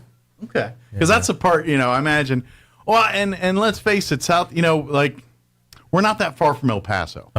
And when I think of like witchcraft and all that kind of thing, the killer Ramirez in the 70s, he was a Satan worshiper and all that, and he did all his killing there in California, but he's buried there in El Paso, and because I think that's where he's from originally or something. And to this day, like witchcraft, the Satan worshipers, that genre of people still go out there and do weird stuff. Yeah. Because it's some like desert a cemetery that he's buried at out there. It's a big cemetery, but even to this day, so I was just curious if you get even some of the modern stuff that goes on around here too. But I watched that show Ghost Adventures. You ever heard of that? And I haven't watched it recently, but the guy that's the lead of that show is kind of a weirdo. But anyway. But they have a lot of shows out in the desert, either around here or Arizona, and a lot of it's tied to like some of this witchcraft stuff. Yeah. So I was just kind of curious, how much you get into some of that. But so a lot of your stuff is kind of Old West witchcraft. Yeah, and that Spanish kind of colonial, like when Spain first conquered New Mexico and took it over, and there was a lot of conflict between them and the Native American beliefs, and because the Native Americans, they have their own witches and their own priests that they call medicine men, so there's a big difference. But a lot of their stuff's nature-based, and, kind of, like, and I'm not really knowledgeable on witchcraft and things, but I'm probably leaning more towards, like, what Wiccans kind of do, if y'all are familiar with Wiccan. That's very much like Mother Earth kind of style stuff. And I think that's more closer to what Native Americans practice. So what the Apache believe is really similar to both Judaism and also Star Wars. Oh, really? That sounds funny. Like with the Force style. I mean, they probably didn't call it the Force, but I don't call it the Force, but yes, it's really cool. So obviously, the Apache, before the Spaniards came, before they were put on reservations, they didn't have a Bible to read. No. And yet, what they believe is remarkably similar to the Jews of the Old Testament, because they would go out. They would fast in the wilderness for about 4 days, and then they call God Usan, and Usan would give them what they call the power. Okay. And it would just be a spiritually intuitive gift that they would be given. And to them, the power is like the Force in Star Wars. So it's really cool. Interesting. Yeah. Well, and I've seen and this is where Hollywood and real life kind of, blend, but also misinform. A lot of times you'll see and it's not restricted to Apache, it's generally any kind of Plains Native American. In movies and stuff, they always they have to go on their walkabout, or they go on their, and I'm thinking that's kind of like what you're explaining is kind of they're going to find their connection with God and their purpose in life kind of thing. And so they may call it different things, but that's kind of like, it seems like they're trying to express the same thing. Yeah, so to the Apache, basically their power could be either good or bad. So if you used it for bad, you were a witch. If you used it for good, then you were a medicine man. Okay. That's how they kind of viewed it.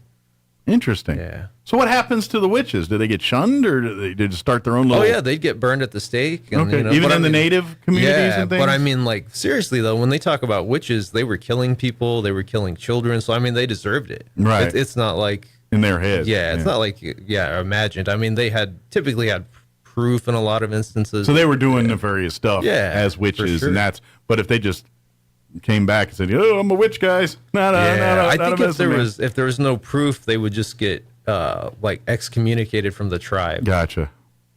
I didn't know if they went and formed their own little covens or something like that. Yeah. Their own little tribe somewhere, and that begat that tribe of Apaches. This is a sect of Apaches, but they're the witches. They're the No, they're usually very secret. That's it's kind of like the Sith in Star Wars. Yeah.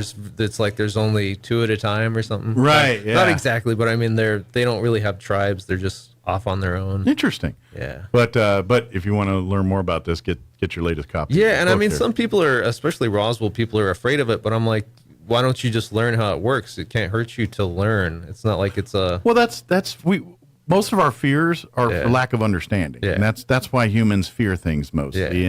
And you're right. I there's lots of things I read and research about that I would never ever do or support or practice, but I want to know, that it's Schindler's List. You know, no one wants to watch that be entertained, but to understand what those folks were dealing with at that time. Yeah. It's a great way to give you that experience, and that doesn't mean you want to go out and do it. Or you should know how your enemy works.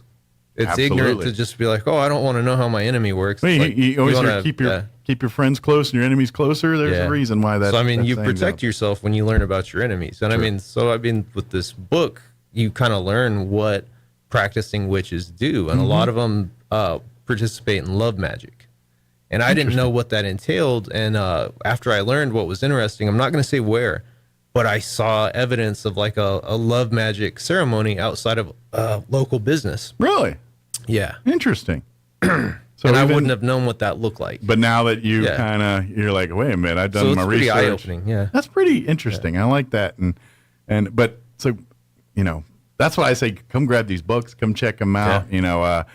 I imagine it's, when you do your research on that kind of stuff, how long, like for this particular book, for this one about the witches, is that a year of research, or is that just a couple of months? Like, how long does something like that take to kind of at least put together a story, or at least a book's worth of information there? That was probably 6 months off and on, but not like all day for 6 months. Just maybe I'd work on something else for a while, but. Does it get... Do these stories get like your other West stories where it gets a little like when you hear the legends of Billy the Kid, the dime store novels have turned it into a lot of drama, and not it's more because it's great for reading, but it wasn't how it really went down. Do we see some of that in these witches? Were some of the heinous acts exaggerated, you think, to get readers to buy the story, so to speak? Yeah, so some of them are very obviously folk tales, but the one I would like to touch upon, because people are going to think it's funny and intriguing, was from 1940. Okay. And it's in the newspapers, so if you're savvy with newspaper.com, you can find it for yourself. In Mora, New Mexico, a man was put on trial for turning into a frog and biting his wife. Wow. And I mean, this is real. It's in the court records. Not that he turned into a frog, but like he literally stood trial. They have quotes from the state police investigator in charge of the case. And it's literally, the wife is like, yes, he turned into a frog and he bit me. And, just all these crazy things. But, they really believe this happened. Sure. That he did. He didn't get convicted, did he? Well, that's the other funny part of the story is the judge set $1,000 bail for him. And again, he's a poor old man. He doesn't have money. Right. Or There's no way he could pay that. But what does he do? Immediately, he whips out a bunch of hundreds from his pocket, counts them out to 1,000, and walks out. Whoa. And it turned out that he had this village so terrified of him that they paid him money not to hex them. Wow. So it was kind of like, those mob brackets where you pay for protection? Yeah, protection money. Yeah. They were doing that with this old man who was a brujo. So there was a lot of people who thought he could turn into a frog, apparently. Yeah, or they were worried he would turn them into a frog, or he would curse them, or whatever, Wow. Yeah. So I mean, again, it's not necessarily true that he turned into a frog, but it's true that he stood trial. That's not a folk tale, right? You know. So was he convicted? What happened? I guess he paid the bail. I don't think I found the rest of the story. Okay. You know, that's the bad thing about those old newspaper articles. Yeah, you don't always get the final outcome, but I can't imagine. Surely he was probably crazy. I'm sure there's some mental health going on there, but I'm pretty sure he's not turning people into frogs. Yeah. I'm not, I'm going to bet on that one that he's not turning people into frogs. Yeah, but like that's pretty cool. The most common like witch folktale is that the old woman would turn into an owl at night and she would spy on you, and then if you shoot the owl with a cross-etched bullet, you would find the witch dead the next morning in human form. Huh. So there's tons of stories on that variation. Interesting. Yeah. But ultimately, these are probably all just stories they told around a campfire. Yeah. That kind of grew legs a little bit, you know? The only one that has this, or not the only one, but one of the main ones from the really old Spanish colonial era that has historical documentation are the witch trials of Abiquiu. Okay. And they had a lot of wild stuff there for sure. Now, was this around the same time as what's going on in Salem, or is this? I think it was 100 years after Salem, so in the mid 1700s, if I remember right. Okay, interesting. So, you always wonder how much of that begats. Yeah. Because obviously, the world then was not like the world today as far as information getting to and fro, and so what's going on the East Coast doesn't get to the West months, maybe a year later, sometimes, depending on the level of the news. And so you always wonder. It's like there was this going on in there. Was there other communities across the nation dealing with stuff like that too? And you only hear about Salem, in the lexicon of things. But I'm sure there was other towns dealing with similar type scenarios and things like that. Maybe not to the level of the Puritans there, but in other communities and things. So, again, it was who's there to chronicle it sometimes, because everything you're researching is based off of what someone else has put to paper and done. So, and the older you dig on that stuff, the more muddy those details get and things like that, because, the way history's preserved back then versus now is way different. And I'd be very curious and I wish I could be a fly on the wall for it, like how we look at 1800s now. I'd love to see when people 100 years from now look at us here and see how they portray and look at, that to me would be kind of, and Lord knows what advances in science and technology they have at that time, where things that we think are state of the art today, they're going to be like, can you believe they had to dial their own numbers in the phone to call people, or they actually had to have a phone to call people, or whatever it is. Yeah, they actually ate their food with their mouths. Yeah. Weird, huh? But this is your latest book. And I can tell you right now, you can get it through the Historical Society. If you go to roswellnmhistory.org, you can get a copy of the book there. Is it on Amazon and all that? Yeah, Amazon too. Yeah, and I think we spent too much time talking about the book, but we have time to mention the Museum Day, right? Yeah, Museum Day is on Saturday. Yeah. And this is cool. This is long overdue. I don't know why we as a community didn't do this years ago, but Roswell is blessed with some amazing museums in town, not just the Historical Society for Southeast New Mexico, but, the Walker Aviation Museum, the Roswell Museum and Art Center, the Anderson Museum, the Miniatures Museum that's part of the Anderson Museum Group. We have the International UFO Museum. Of a town of this size, we're lucky to have one museum, let alone a half dozen of them. 5, 6, So this Saturday is Museum Day, and all these museums are going to have special hours and allow people to come and visit and do things. And I know the Historical Society for Southeast New Mexico will be participating on Saturday. And I think we've got, if she can make it, Donna Blake Burchell will be there signing books. And she's got a new one called Tall Tales and Half Truths of Clay Allison. Okay. So she'll sign that one. I'll sign the she's got her stuff on Wicked Women, too. So between the witches and the Wicked Women, they got you covered. Oh, yeah. Very scandalous. People love scandalous stuff. But she also does, like, if you like ghost stories of New Mexico, the ancient, some of these, she has a lot of her books are geared towards that. John, he does a lot. I mean, yours are pretty broad too.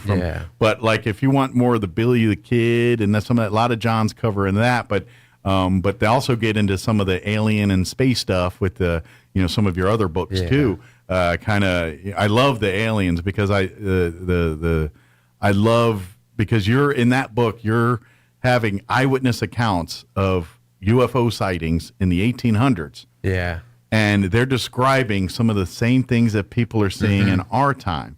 But the part that makes me so where it just blows me away is they're describing things, but they don't have the vocabulary. Like things like rockets and discs weren't in the vocabulary back then. But what they're describing are rockets and discs and things that we know the names of these nowadays, but they're using these round saucer, just different things. And you're like, wow, they, the whole term of flying saucer, we kind of think, so John's books cover that. So this Saturday, when you come by to the Historical Society and you see John and Donna there, ask about that stuff or get a copy of those books too and all that. So, but I believe there's a passport deal, right? Where you go and, I don't even know. I'm not sure either. I think there might be something like a passport deal or something with the. I'm not 100% certain, but all of those museums I mentioned earlier are participating here on Saturday. You could probably go to each individual's website to find out what special things they're doing. But we will be open and having people coming by. And like you said, we're going to have John and Donna there, hopefully to sit and talk, and you can get copies of books and stuff. And of course, our docents will be there doing tours and all that stuff for the archives, the J.P. White home and all of that good stuff too. So, but that's this Saturday. What's the hours that we're going to be open? Do you know? I don't have it. I don't even know. I don't know either. I think it's kind of probably from 10 a.m. to something. I can't. Okay, recall. I have to go look. I don't have it off the top of my head here, but definitely want to check that out. And of course, if you want to see more of John's. And you can ask him, too, about the non-historical ones. Like, if you're a Godzilla fan and all that. I mean, it's historical, but not... Yeah, it's nonfiction still. Yeah, it's just different kind of history. It's science fiction history. So, the lore of Godzilla and all that. He's got quite... when he's not being an expert on Billy the Kid, he's an expert on Godzilla information and UFOlogy of Godzilla and all that, too. Yeah. So, very cool. So I imagine there's a group of people in Japan that know John LeMay very well. No.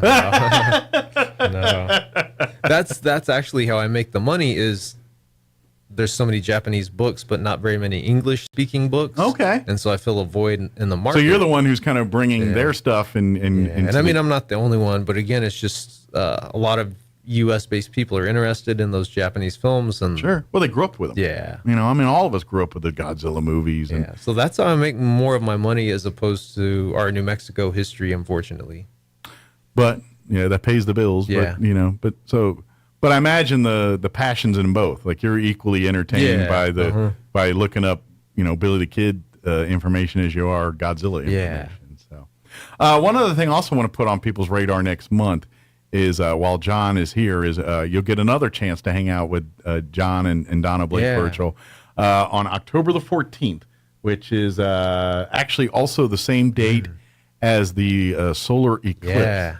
So, you know what? That's the beauty of the solar eclipse. The Historical Society's here in town on Earth, too. So bring your glasses with you. Yeah. And if you sweet talk Amy, she might let you up on the archive roof to go look or something, or make a big donation. She'll let you up there for sure. But bring your glasses and look at it while you're here at the event. But on the 14th of October, we're going to have our Books and Blooms event, and with the fine folks at Farmhouse Roots. They're the bloom part, and John and Historical Society are the books part. And so they're going to have crafts and things with flowers and all that.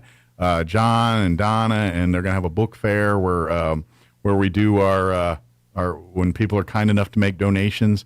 And so when we have 6 and 7 copies of a rare book, we keep the good one. We always keep the good one, and then the extras we sell to collectors. And we use that money to keep the archive facility going, or pay for 4th grade tours, or do the stuff we do with it. So, but that will be October 14th, same date as the solar eclipse. So make plans to do both while you're out and about there, and then you can come.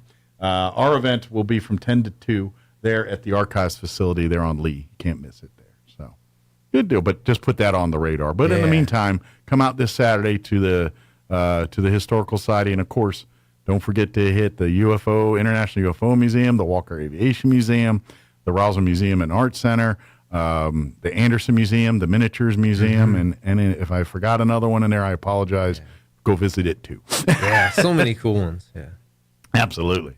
I know you're a little biased. Yeah, but when you're not at the Historical Society, do you have a favorite one you like to go and check out? I really like the Miniatures Museum. It is pretty cool. I like that. I like it because of the uniqueness of what's in there. Yeah. Like the Anderson Museum's awesome, but I've been in there a few times, so now I know what to, you know what I mean? And the Anderson Museum, I'm going to argue, is the most eclectic. Yeah. Like, you will find art that you hate, and you will find art that you love in that place. Guaranteed. You know what I mean? Because there's such a variety. There's going to be things that resonate with you and things you're like, what the heck is that all about? Yeah. And that's what art's supposed to do. It's supposed to resonate those feelings. Yeah. So, if you've never been to Anderson, that's a good one too. So, good deal. Is there anything else we wanted to mention, John? Oh, just Heritage Dinner tickets. Yes. Yeah. Thank you. September 21st. Is that when they go on sale? I think that's the last day you can buy them. Or maybe really? I'm wrong. Maybe because the event's in November. Yeah, my grandma told me that. Maybe my grandma's wrong. Maybe that's the first day they go on sale, or they maybe might it's be the last day. because the event's in November. Yeah. So we'll let you buy tickets after. Yeah, sure. But it'll be a drive-through event once again. Mary Lou Glass is our honoree, and we're sticking to the vein of what we think Mary Lou Glass. She was not a person for pageantry. No, she was not that. That was not her. She much rather, nuts and bolts. Yes. Let's get her done, and anything that, even if it's flashy, she's like, that's great. How does that help what's going on here? So she wasn't known for her flash. Yeah, she was known for rolling up her sleeves and getting the job done. And so we're in the spirit of that. We're going to keep it relatively simple in that time as pageantry. We want to honor her because she's so deserving of it. And we're using it as an event to raise some funds for the thing that she was very passionate about, that Historical Society. So we're going to have our Heritage Dinner. Peppers is on board with a delicious food once again. We'll have the box that serves 2 meals for $100, and then we'll have our table version, which is 10 meals, 5 boxes that we can deliver, and we'll deliver. We can only do 1 box, so 2 meals delivery. But we could deliver 5 boxes to 5 different locations if you'd like us to do that. We'll be happy to do that. And of course, we'll have other things that go along with the night to remind everybody on what how much Mary Lou was a part of our community and what she did for us. So, but that'll be coming up in November here. So but coming up here, Roswell A&M History. Start getting tickets and asking about that and getting involved, or if you want to purchase a table or any of that kind of stuff, now's the time to get that done. Yeah. But we got a lot going on between now and then. So this Saturday, come out and visit all of our museums for Museum Day. October 14th is our Books and Bloom event at the Historical Society Archives Facility. And then again in November, it's right around mid-November, we'll be doing our Heritage Dinner here. So definitely want to do it. And then look for John's books on Amazon or at Historical Society's website, RoswellNMhistory.org. I almost gave you History Director Outlook, which is Amy's email. Amy's email, which you'll get information there, but it's not very pretty to look at. It's just an email. And then, of course, we're always doing tours. Don't forget, tours by appointment. If you and your family or your civic group or church group or whatever, call. Hey, I got a group of 10 people. Want to do a tour? Can we do it on X next date? And you get a private, personalized tour. You get it'll be you and the docent, and you walk around, and the docent will explain to you all kind of stuff, and you get to ask questions. It's actually a better tour. It's kind of a more personalized tour, and we've had a lot of success.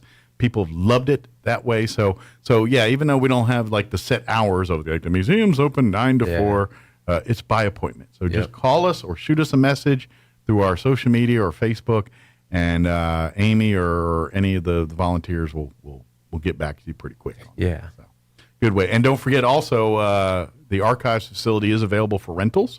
So if you got it houses about 75 people, I think, according to the fire marshal sign there. It has a full kitchen and everything. So if you need a meal to prepare or any of that, it has that. But if you got a quinceañera, smaller event, like not a big one, but one of 75 or less people, or a birthday party or a business meeting or a civic group needs a place to meet, please reach out to us because and all the money again for that goes back to the archives and preserving history and the 4th grade tours and all the things that we do, part of the Historical Society. So good deal. We get it all, John? I think so. Excellent. I don't think we'll get in trouble. Probably not. With Amy, I don't know. I'll see her later today. Yeah. I'll let her know it. I'll find out at lunch today with how we did. But definitely go to Roswell and History and pick up John's latest book. Or if you missed one or two in between, you can get them there too. And don't forget on Amazon too. But only reason I point you to the Historical Society because Historical Society gets a little kickback when you buy them through there. But supporting John anyway, go through Amazon or whatever you prefer to do that. So, although in honor of Museum Day, if you do Amazon, I know Walker does it. I don't know about other museums, but Walker Aviation Museum has the Amazon Smile thing. So that's a program Amazon does. If you use their Smile and so you earmark it, and there's a portal for the Walker Aviation Museum, and so you use it and bookmark it. And then you shop your Amazon like you normally do, pay for it and everything else. But if you use that portal, a portion of whatever you bought, a percentage they give to the charity of your choosing. Yeah. So it's a little bit. It's a couple. Like you spend $100, it's a few pennies. Yeah. But you get enough people doing that. Yeah. Next thing you know, they get a check for $100 each month. Just for I always say shop local, but I know how that works. It's impossible. Sometimes you need to shop online. Well, when you do, support local by going through those Smile channels and helping out that. I know, and I just don't, and I'm not sure if the other museums have it. They may. I just know Walker definitely has one of those, so look for theirs too. But anyway, well, good deal. Well, thank you, John. As always, appreciate the visit. Thanks for having me. And we'll see you here next time. And stay dry and cool, and don't you're not and don't intimidate everybody in the gym today. All right. Yeah. He's like the least intimidating guy, but he'll go in there and work out, and people are like, can't do what John's doing because John's in there every day. So, but thanks, John. We'll see you next time. It is 9:53. Let's shut our holes and play some news. Victory Monday Cowboys Report. I'm Christy Scales. Dallas is 2-0 after a resounding 30-10 thumping of the Jets. You'll hear from C.D. Lamb, who caught 11 passes in the win, right after this. Whether you're getting ready to purchase a home, setting up a college fund for your kids, or preparing for retirement, you're working hard to live a life you love. And you deserve peace of mind knowing your home, loved ones, and future are protected. At SWBC, we can help you assess your personal situation and create a customized solution to make sure you're prepared for whatever life throws your way. Visit SWBC.com to learn about your mortgage, insurance, and wealth management options today. That's SWBC.com. Todd thought it would be secure to jog in the cheetah savanna. Todd believed the big cat repellent he bought online was reliable. And now, Todd is trying to be faster than this cheetah that can run 80 miles per hour. But the good news is, Todd has AT&T 5G that is fast, reliable, and secure. And he learned the best thing to do is toss her the backpack with the beef stew. AT&T 5G. Fast, reliable, secure. 5G requires compatible plan and device. 5G may not be available in your area. See att.com/5G for you for details. The Cowboys defense continues to dominate, totaling 3 interceptions, a fumble recovery, and 3 sacks in yesterday's home win over the Jets, 30-10. On offense, Dak threw TDs to tight ends Jake Ferguson and Luke Schoonmaker, but it was C.D. Lamb with a huge game, totaling 11 catches and 143 yards. Lamb loves the way Coach McCarthy is calling plays to create mismatches. He's done a great job of, moving me around, putting me in different spots, motioning me, kind of keeping the defense guessing, just kind of giving that accessibility to Mike. I feel like, he kind of got an upper hand. Rookie kicker Brandon Aubrey was a perfect 5 for 5 on field goals, including a booming 55-yarder. The boys are now 2-0. With your Cowboys Report, I'm Christy Scales. All across America, this is the Lou Dobbs Business Report. I'm Lou Dobbs. The Fed's rate decision this week. Instacart IPO ahead, and the Fed's September meeting kicks off tomorrow. Investors hoping for a pause in interest rate hikes. Stocks down last week after mixed economic economic data on inflation and rate hike speculation. The Fed's decision comes Wednesday. ARM Holdings IPO success causing a ripple effect on Wall Street. Instacart raising its proposed price range after ARM shares jumped 25%. Now, 22 million shares of Instacart will be sold at $28 to $30 each. The Instacart IPO set for tomorrow. McDonald's says that a California fast food bill would be a devastating financial blow. A last-minute compromise sets a $20 wage floor for most fast food restaurants next year. McDonald's and Yum Brand stocks nonetheless down 2%. FedEx headlines this week's earnings reports. The shipping giant's seen renewed success this year after a down year in 2022. The stock's up 43% year to date, and FedEx reports earnings Wednesday. Please join me twice each weekday for the Lou Dobbs Business Report right here. Business news you need to know. Keep listening for more. This is the Lou Dobbs Business Report.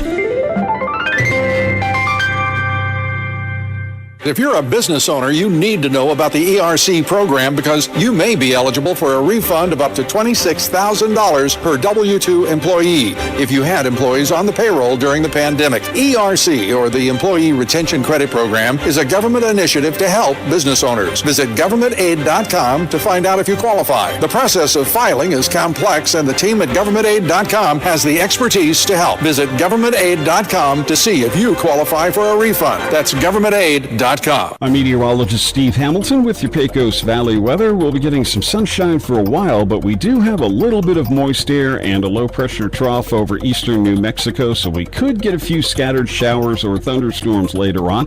Today's high will be in the low 90s. Maybe a few lingering showers this evening, and then clearing up after midnight with low 60s, and then we start heating up again on Tuesday. Lots of sun, and we're in the upper 90s. I'm meteorologist Steve Hamilton, and that's your latest forecast. The journey continues for your Roswell Coyotes, and coming up this Friday night, your Coyotes are back home at the Wool Bowl taking on the Wildcats of Clovis High. 106.5 Roswell's Talk FM and KSBPTV.com have got you covered. Join Art Sandoval and Kelly McDonald for the pregame show beginning at 6:45 and kickoff at 7. Coyotes versus the Wildcats of Clovis High. Friday beginning at 6:45 on 106.5 Roswell's Talk FM and online at KSBPTV.com. Southeastern New Mexico's sports authority, then, now, and always. Did you get a lowball trade offer on your vehicle? Did you spend hours haggling over prices? Were you laughed at because of your credit? Of course not. You made the smart choice and went to Roswell Ford. At Roswell Ford, there's never been a better time to save thousands and get approved for the new car or quality pre-owned vehicle you've always wanted. Our lenders' approval requirements are more forgiving than ever. If you have a steady job and proof of residence, you could be approved in minutes. Even with bad credit or no credit, over mileage on your lease, or buried on your loan, Roswell Ford will take any trade, even if you owe $6,000, $8,000, even $10,000 more than your old car is worth, regardless of make, miles, or condition. If you're looking for a new or quality pre-owned vehicle at or near your current monthly payment with little or no money down, visit Roswell Ford today for incredible savings. Roswell Ford, the home of Tailgate Nation at the corner of 9th and Main in Roswell. Plus tax and tag, trade balance refinance to the new loan, subject to lender approval, offers not combined.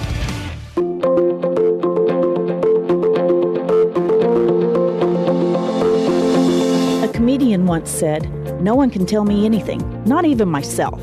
Hi, this is Pastor Troy and Julie Smotherman for The Joy of Marriage. You know, most people stop listening and start forming an answer or response when someone's talking to them within 7 seconds, so they miss most of the information. John 10:27 says, "My sheep listen to my voice. I know them and they follow me." You know, when Julie and I were preparing for this, she looked right at me after I spoke for a while and said, "What?" I guess we all have work to do in listening. But you know what? Just like learning to know God takes time and focus and to know His voice, it's going to take time and focus to really get to know our spouse and to really start enjoying and loving marriage. If you have any questions or would like further information about the Joy of Marriage Ministry, please go to jomconference.com. Edge Safety and Services LLC in Artesia, New Mexico has an immediate opening for a safety technician. Position requires a clean driving record and must be able to pass a drug and alcohol screen. Edge Safety offers great pay with IRA benefits and employer contribution towards health benefits. Please email resumes to edgecoding@yahoo.com or apply in person at 402 West Main Street inside the Edge Safety and Services facility. Edge Safety and Services LLC is an equal opportunity employer. New Mexico can be safer, and we can protect our loved ones from gun-related injuries when we lock up our guns. New Mexico has one of the highest rates of gun violence in the country, with numbers nearly 2 times higher than the national average. But safe gun storage is a proven strategy that reduces gun violence in all our communities. Protect New Mexico by securing your firearms. Visit safestoragenm.org to learn more. Brought to you by the New Mexico Department of Health. The road rolls on for your Goddard Rockets, and coming up this Thursday night, your Goddard Rockets are back on the road to Anthony to take on the Panthers of Gadsden High. Fiera 106.1 FM and KSBPTV.com have got you covered. Join Chris Deck and Chris Roybal for the pregame show beginning at 6:45 and kickoff at 7. Rockets versus the Panthers of Gadsden High. Thursday at 6:45 on Fiera 106.1 FM and online at KSBPTV.com. Southeastern New Mexico's sports authority, then, now, and always. Here's a Mornings with Mike Winters fun fact. The Goodyear Rubber Company researched and concluded that shoes wear out faster on the right foot than on the left. To fix this, just walk backwards for half the day. Here's Mike Winters. And good morning. It is closing in on 9 o'clock. Town Hall News coming up here in just a second. Stay tuned next hour. About 9:15 or so, we're going to replay our interview we had with Geneva Martinez with a new organization called Helping Hands. So we'll play that interview for you here next hour. Don't forget, Leadership Roswell Alumni Association is hosting their candidate forum for this upcoming municipal election here in November. That's going to be September 28th. 6 p.m. at the Roswell Convention and Civic Center. I believe doors open at 5:30. The city council candidates and school board candidates and judge candidates will all be at the forum answering questions and things. We will have it there for you live to watch. I believe we're going to be streaming it, KSVPTV.com as well, too. But get there to the convention center, 28th, 6 p.m. Be there. All right, you're listening to 106.5 Roswell's Talk FM, KEND, or Roswell, New Mexico. We'll be back. Don't go away. News this hour from townhall.com. I'm Rich Thomason. Well, look at who is suing the IRS. It's none other than Hunter Biden. In the suit, the president's son argues that 2 IRS agents violated his right to privacy when they publicly aired his tax information. The lawsuit says the agents targeted and sought to embarrass him by sharing confidential information in press interviews and testimony before Congress. It's the latest development in Hunter Biden's legal and political struggles with the Justice Department. Last week, he was indicted on federal firearms charges. Greg Clugston, Washington. The Biden administration's plan to hand over $6 billion in frozen Iranian assets to Iran is advancing. The funds have now been transferred to intermediary Qatar. This is part of a 5-for-5 prisoner swap, and 5 Americans who had been held by Iran have now left that country. The manhunt over in southeast Pennsylvania, where 9 juveniles who escaped from a detention center about 40 miles northwest of Philadelphia are back in custody. PA State Trooper David Boehm says they escaped last night following a riot. They took the keys from one of the female staff members. She took it back. They took it again from her, and then they were able to get out of the building. They got out into the yard, which is a fenced-in recreation yard, and they were able to find a location in the fence that they were able to crawl under and get out of. Word that a person of interest has now been detained in the ambush killing of a Los Angeles County Sheriff's deputy. It happened over the weekend. Day 4 of the UAW strike against Detroit automakers Ford, GM, and Stellantis. Ford has had to lay off 600 non-strikers for lack of work, the same reason that GM says it may have to furlough 2,000 workers in the coming week. Wall Street, the Dow down 5 points. More on these stories at townhall.com. Everybody wants cheap airfare, but where do you find it? You call low-cost airlines. Their prices are direct from the airlines, and they're so low you can't find these fares published anywhere. They specialize in cheap flights, discount hotel rooms, cheap car rental rates, and great package deals anywhere around the world. Wherever you want to go, they can help you get there cheaply and with a best price guarantee. If you want the lowest prices on your airline tickets or other travel services, call now.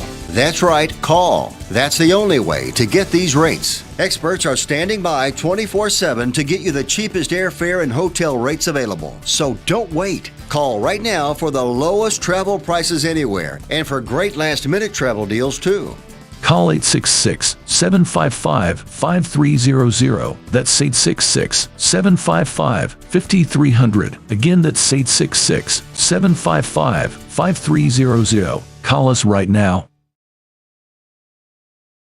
Russia's new ambassador to the Vatican is meeting with Pope Francis for a protocol visit to present his diplomatic credentials. He's meeting the pontiff as signs emerge that the Vatican's Ukraine peace ambassador could soon be undertaking a second mission to Moscow.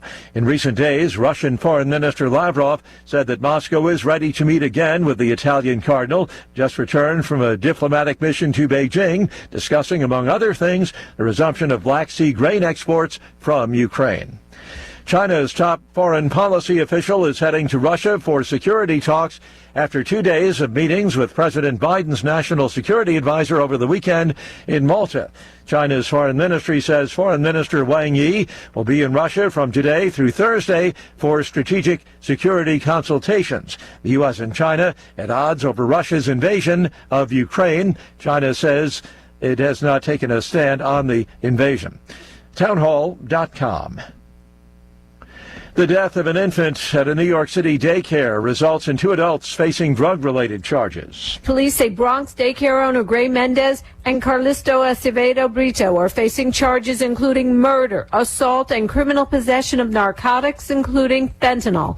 A kilo press used to package large quantities of drugs was found, according to police, who say on Friday daycare workers could not wake the children after a nap. EMS was called, Narcan administered, but the 1-year-old died. Mayor Eric Adams. It is a real wake-up call for individuals who have opioids or fentanyl in their homes. An 8-month-old and a 2-year-old were revived. Another 2-year-old who'd already been picked up by their mother was taken to the hospital after she realized something was wrong. Julie Walker, New York. 2 pilots are dead. Their planes crashed upon landing at an air racing event in Reno yesterday afternoon. More on these stories at townhall.com.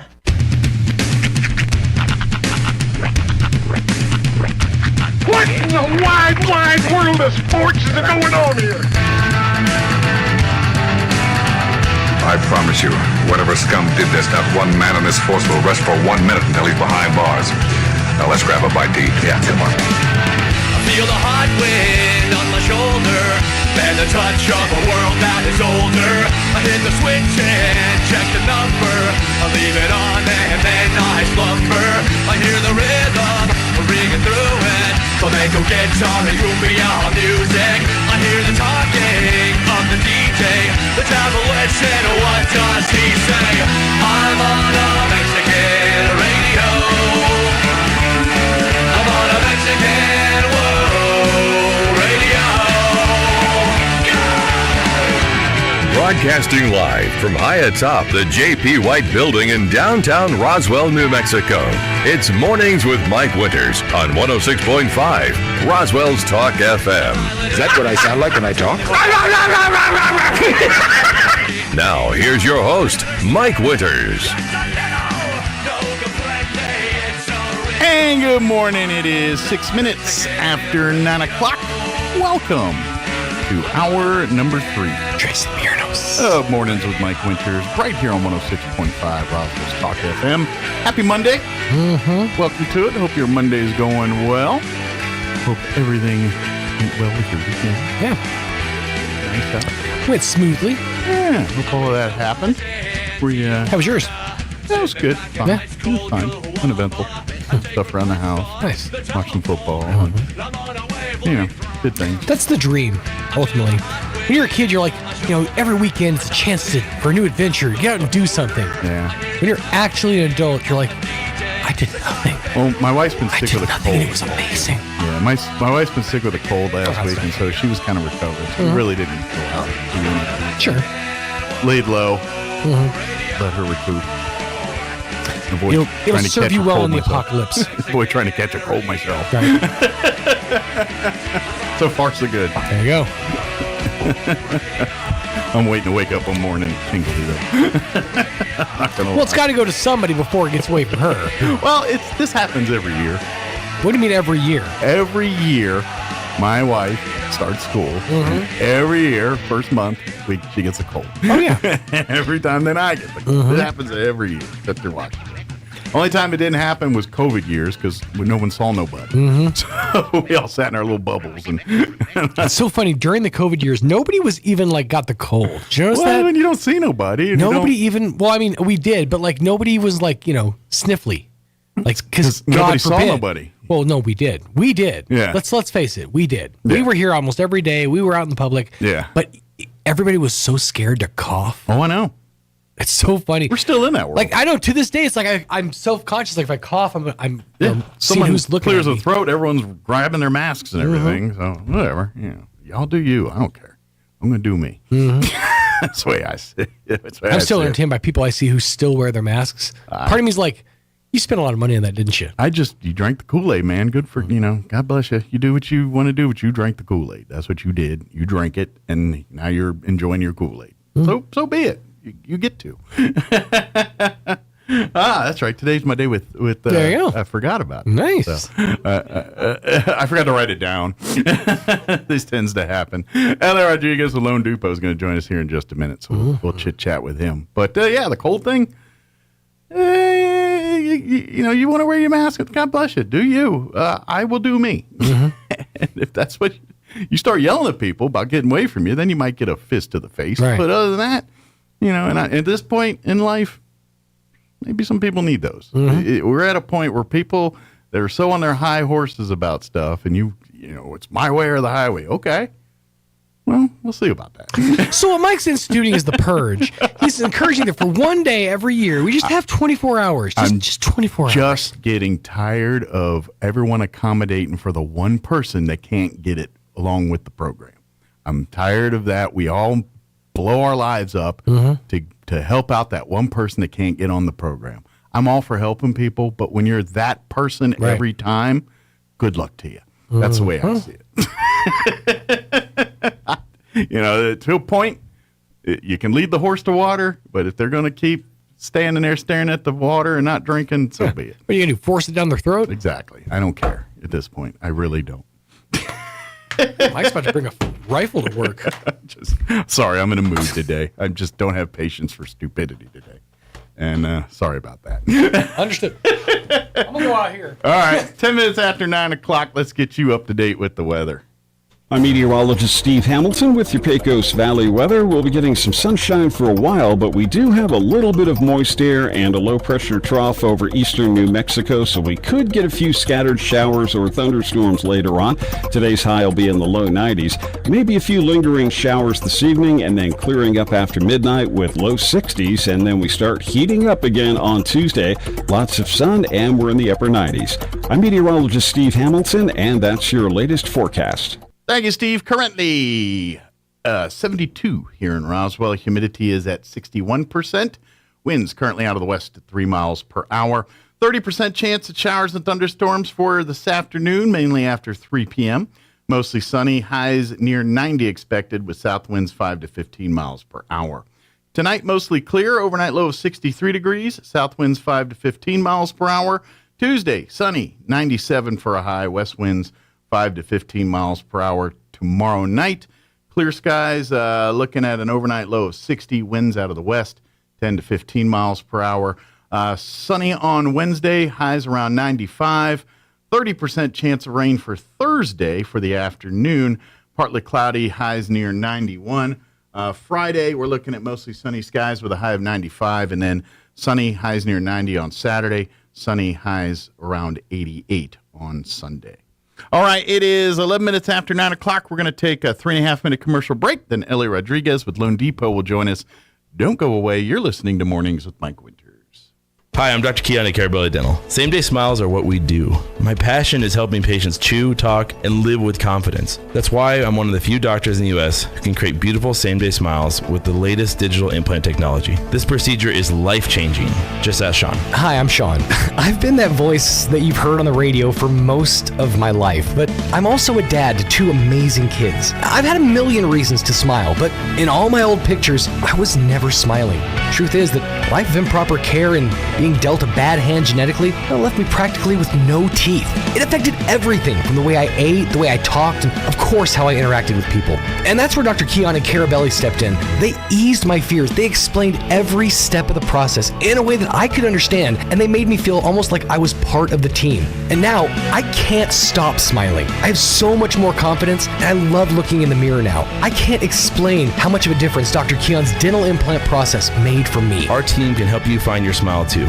Come see us at Carabelli Dental, 575-622-4455.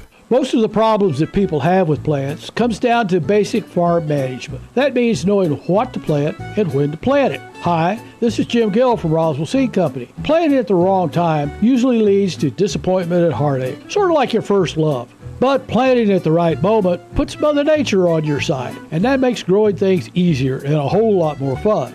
So before you plant anything, come to see us at Roswell Seed. Or just give it a try and hope for the best.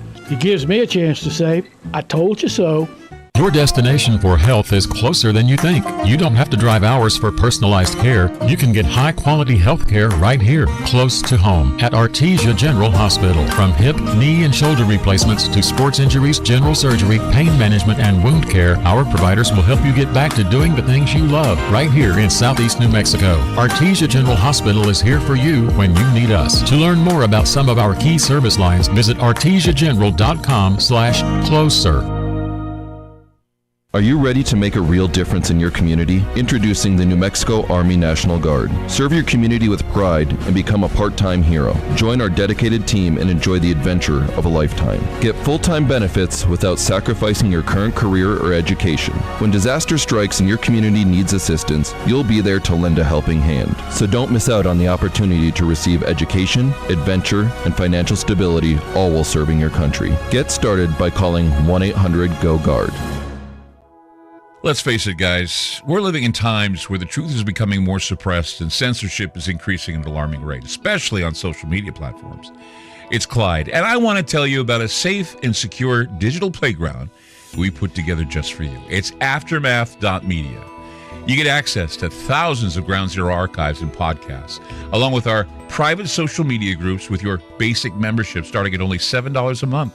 Each subscription includes tech support, access to the RSS feeds, along with our own chat room and Telegram channel. In addition, the premium membership includes research study groups, webinars, a document and movie library, a live video stream of Ground Zero, a monthly Zoom chat with me, and other bonus content. Be sure to check out our yearly specials as well. Sign up today while you're thinking about it. Sign up at aftermath.media. Again, that's aftermath.media. Here's a Mornings with Mike Winters fun fact. Linen can absorb up to 20 times its weight in moisture before it feels damp. Now, you don't have to get up in the middle of the night to go to the bathroom anymore. Here's Mike Winters.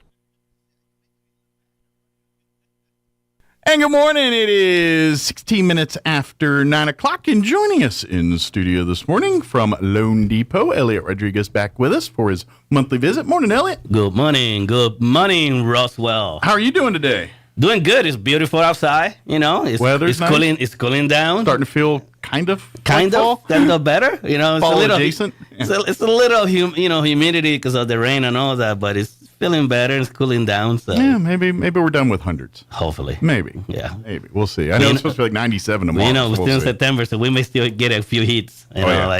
Well, it's not over, I don't think. Well, this is New Mexico. Even in like December and January, we'll have days where it's like 40s and 50s, and one day it decides to be 90. I know, it's crazy.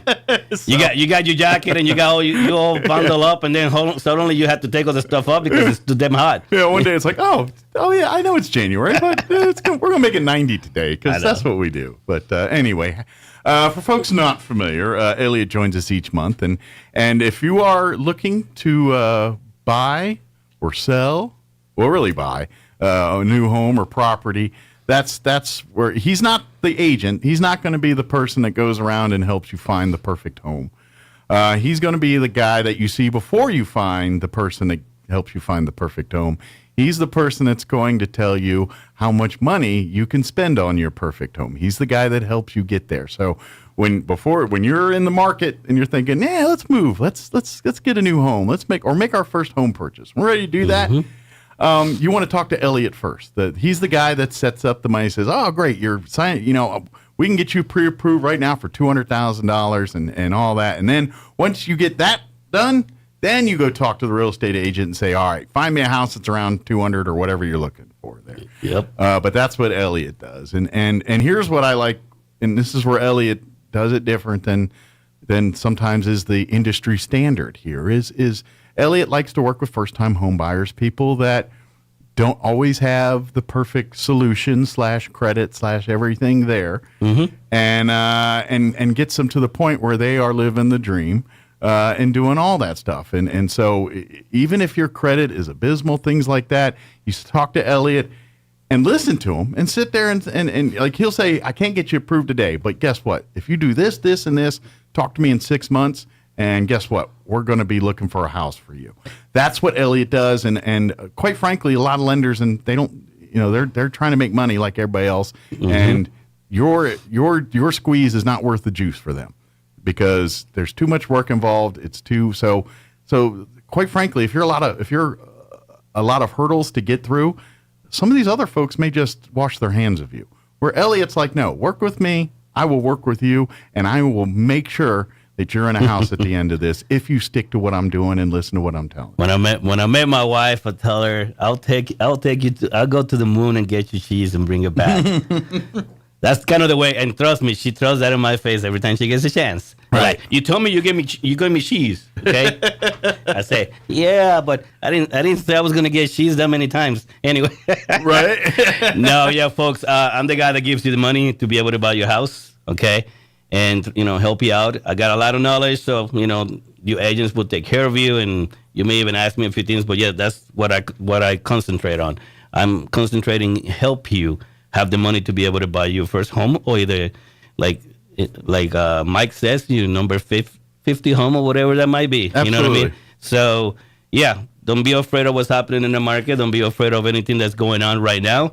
If you need to buy a home, you need to buy a home. Yeah, that's something you said every single time you come in here. Because it doesn't matter what was going on in the market. Sure. So. I mean, it was easy a couple years ago when interest rates were like 3.9%. Of course. Then it's like, buy and everybody's like, let's go. But we're nowhere near those 3.9s and probably not going to see that anytime soon. But that doesn't mean you need a house. You need a house. And so you got to do what you got to. Now, if you're already in a good situation, sitting at a 3.9% in your little house and you're good to go, then ride this sucker out. But if family's too big or, the house isn't meeting the needs of what you need a house, and you got to get a house and get a house. That's yes, your home is an investment in yourself and everything too, but it can grow with you. So here's the beauty of it. So your interest rate's a little higher. So sit in this house for a few years. The interest rates will come down. Refinance as soon as it drops to where you can see a few $100 drop on your mortgage every month. Go refinance that sucker. Just wait it out, but you got skin in the game now. Exactly. If you're on the sidelines watching to get in and waiting for your moment, you're going to wait forever. If you're in the game, then you play accordingly. So, well, like early this late spring and early this summer, okay, we had that $25,000 program. Okay, you remember? The fact of the matter is, a lot of people fell behind and not took advantage of it. Everybody got a little too picky. Okay, yes, I'm all about helping people buy your forever home. But guys, it may not be your forever home. It may be you into the system home. In other words, you became a member, like Mike and I talk about all the time. And a lot of people made a mistake. They could have used the $25,000 program, okay, and because we got a little too picky, okay, and they couldn't find the right home. I get that. But imagine, him and I talked about this before. Imagine when we bought our houses that we could have get a $25,000. I would have just bought a house as soon as I could. Sure. And then take my time to be able to buy another one and sell this one and get the equity from that house to buy my forever home for real then. Absolutely. And the fact of the matter is, I don't even know if me and him have even found our forever home because we're still always looking still. Sure. So... And life never ends. And life happens. Something happens in your life, and something changes, and in your priorities exactly. change a little before bit. Before you have a set of twins, now you have two sets of twin kids. So it happens. People grow, and the plan gets to change. Everything changes. Absolutely. But no, I'm the guy that helps you buy the home. Yeah. I'm the guy that gives you the funds to be able to acquire them. If you follow my lead, you come to me. We may be able to do it, right away. We may have to do 1 or 2 months or whatever to get you ready for it. I would say people out there, don't waste time to go and buy a home, but also don't rush at the same time. Well, and here's the thing. When you get in the game and you do everything the right way, what you're opening yourself up for is choices. Mm-hmm. If you're doing it, at the bare minimums, if you're stretching yourself thin to do what you got to do, you're leaving yourself with one option. Correct. If you're not buying too much house than you can afford, if you're kind of slowly, don't buy. Tom Brady didn't show up in the league with 7 Super Bowls. It took him a long time to get where he was at. Matter of fact, he was a 5th-round draft pick, and ugly, skinny, goofy looking. I mean, we've seen the pictures of him nobody 20 years ago versus nobody now. thought he was going to do all that. I mean, come on. It's all building and doing your thing, and home ownership is no different in that. Yeah, you buy your first home. Okay, maybe it's a fixer upper with 2 bedrooms, and you gotta lean, stand a certain way to get the stove to kick on. All those kind of things, all the quirks. Yeah, but you grow with that, and you fix them slowly, and you go and you add, and next thing you know, you invest a little bit of your time and energy into that house. Then you turn around and sell it for more you paid it for, or you refinance it, or you expand it, or you make it adaptable to you till you're able to get to the next phase in your life. Yeah, you have your forever home, and you have your starting home. Yeah. It means it could be the first step into your forever home in the future. So that's the part that a lot of people forget. Yeah. Okay. And that's what I try to, teach some individuals. Like, look, that might not be the home that you're looking for. But if you could get all the, the fact of the matter is you have a list of the things that you want. And if let's make an example. If there's 10 things and you're able to get 7 of those 10 things. Yeah. Okay. Maybe you could make the house better by just living in it and make it better for you. And also you are acquiring, equity as you go through the time. And you may stay in that home, and that even may become your forever home. Turns out the one you like. But it could be your starting home. It means it gets you to the next level to be able to buy another home later and sell this one. Progress in building your repertoire, and building your nest egg, your life with your family. That's all steps in towards that. And that's why I brought that program that we had earlier this year. Let's be honest, guys. I had a handful of people that did not take advantage of it. Yeah, they were approved, ready to go. They got too picky. They got too let me find another one. It's like, if there's none at that moment, you should have got the one that was closer to the one you want for now. And that's what I always say. It's best to buy a home when you're ready. Move forward. Let's get it done. Because you could change these things later. When you're in the game, okay, now nobody can kick you out. But if you're on the benches, you have to wait until you get in. Absolutely. I love that movie. The warm. What is it? Warm benchers? I forgot. Bench warmers. I love that because the guys are sitting there, and we don't know the skills they have to be able to make it happen. It's the same thing when you're buying a house. Sure. You don't know you can buy it until you come to somebody like me and tell you, hey, you're good to go. Sure. A lot of people may be telling you, no, you don't qualify for this. I say it every time. I have talked to people that say, oh, but they told me I couldn't. It's like. And then I say, I don't know what the heck they were telling you because, yes, you pre-approved. I got you ready to go. And let's face it, we're not all blessed with parents anymore that tell us how to do. You know what I mean? That's true. I didn't, back, I think when our grandparents probably told their parents, this is how you do it. And it's a different world now. People, so you have to learn. But that's where you got to trust where you're experts and things. And this is where Elliot, he's like, and this is where Elliot's agenda is from. Elliot's his own man with Loan Depot. He's got the backing of a national company, but at the end of the day, every loan he makes, it's his reputation on the line, and his clientele, they're coming to him and they're probably going to come to him whether he's got Loan Depot behind him or some other company. That's actually a fact. And here's the thing: they trust. And guess what? When something's not working, they're not going to be yelling at Loan Depot. They're going to be yelling at Elliot. So here's why. You ain't lying. so this is Elliot's. And if I'm wrong on this, please point it out. But Elliot's mindset is, look, I'm here to help you get in. And look, if I can help you today, then guess what? I'm going to be helping you in 10 years when you're ready for your next house or whatever. True. And so the Elliot's mindset is, let's get you right now. Therefore, you and I can have a great relationship, and you're going to be coming in here whenever you feel the need. And it's like, it's time to expand, or it's time to downgrade, or it's time to improve. Exactly. It's time for us to make a change. Mm-hmm. Elliot, where are we sitting at? What do we need to do, and how we get there? And Elliot will sit down and talk with you. Yeah, I don't have any other agenda but to help you buy a home. Yeah. Okay, I don't care how big or small the loan. You're still $1 million customer in my eyes. Sure. All right. So you're gonna get taken care of. I don't care, where you come from, what language you speak, how big or small the situation is. Mm-hmm. It don't matter if there's issues. I mean, that's what God have allowed me to do and learn throughout the years and other experiences and other things that I have dealt with in the past. Sure. Because guys, that doesn't come in a manual that you can learn. You learn that throughout the years. Mm-hmm. And I've been blessed that I've been doing this for a long time. Even before I came to Roswell, a lot of people thought that I came here and I wasn't doing that before, which is okay because I don't what is that thing? I don't throw names or the titles. Sure. Because I wanted to show people what we can do, or should I say what I can do myself. Not because I know somebody, although I have some kind of title that I did it before. Mm-hmm. Maybe I was a little naive. Maybe I should have used my title a little more from what I used to do back in Colorado. Right. But at the same time, I switched, business for a few because I became a business banker instead. Right. But I was a branch manager in Colorado Springs way before I even got to New Mexico. A lot of people don't know that. I don't share it with a lot of people. So you have a lot of loan experience outside of mortgages. Coming into the mortgage world. I got a branch in from 1 year to another. Okay, Mm-hmm. Literally, I showed my mentor, my manager at the time, that I can do this.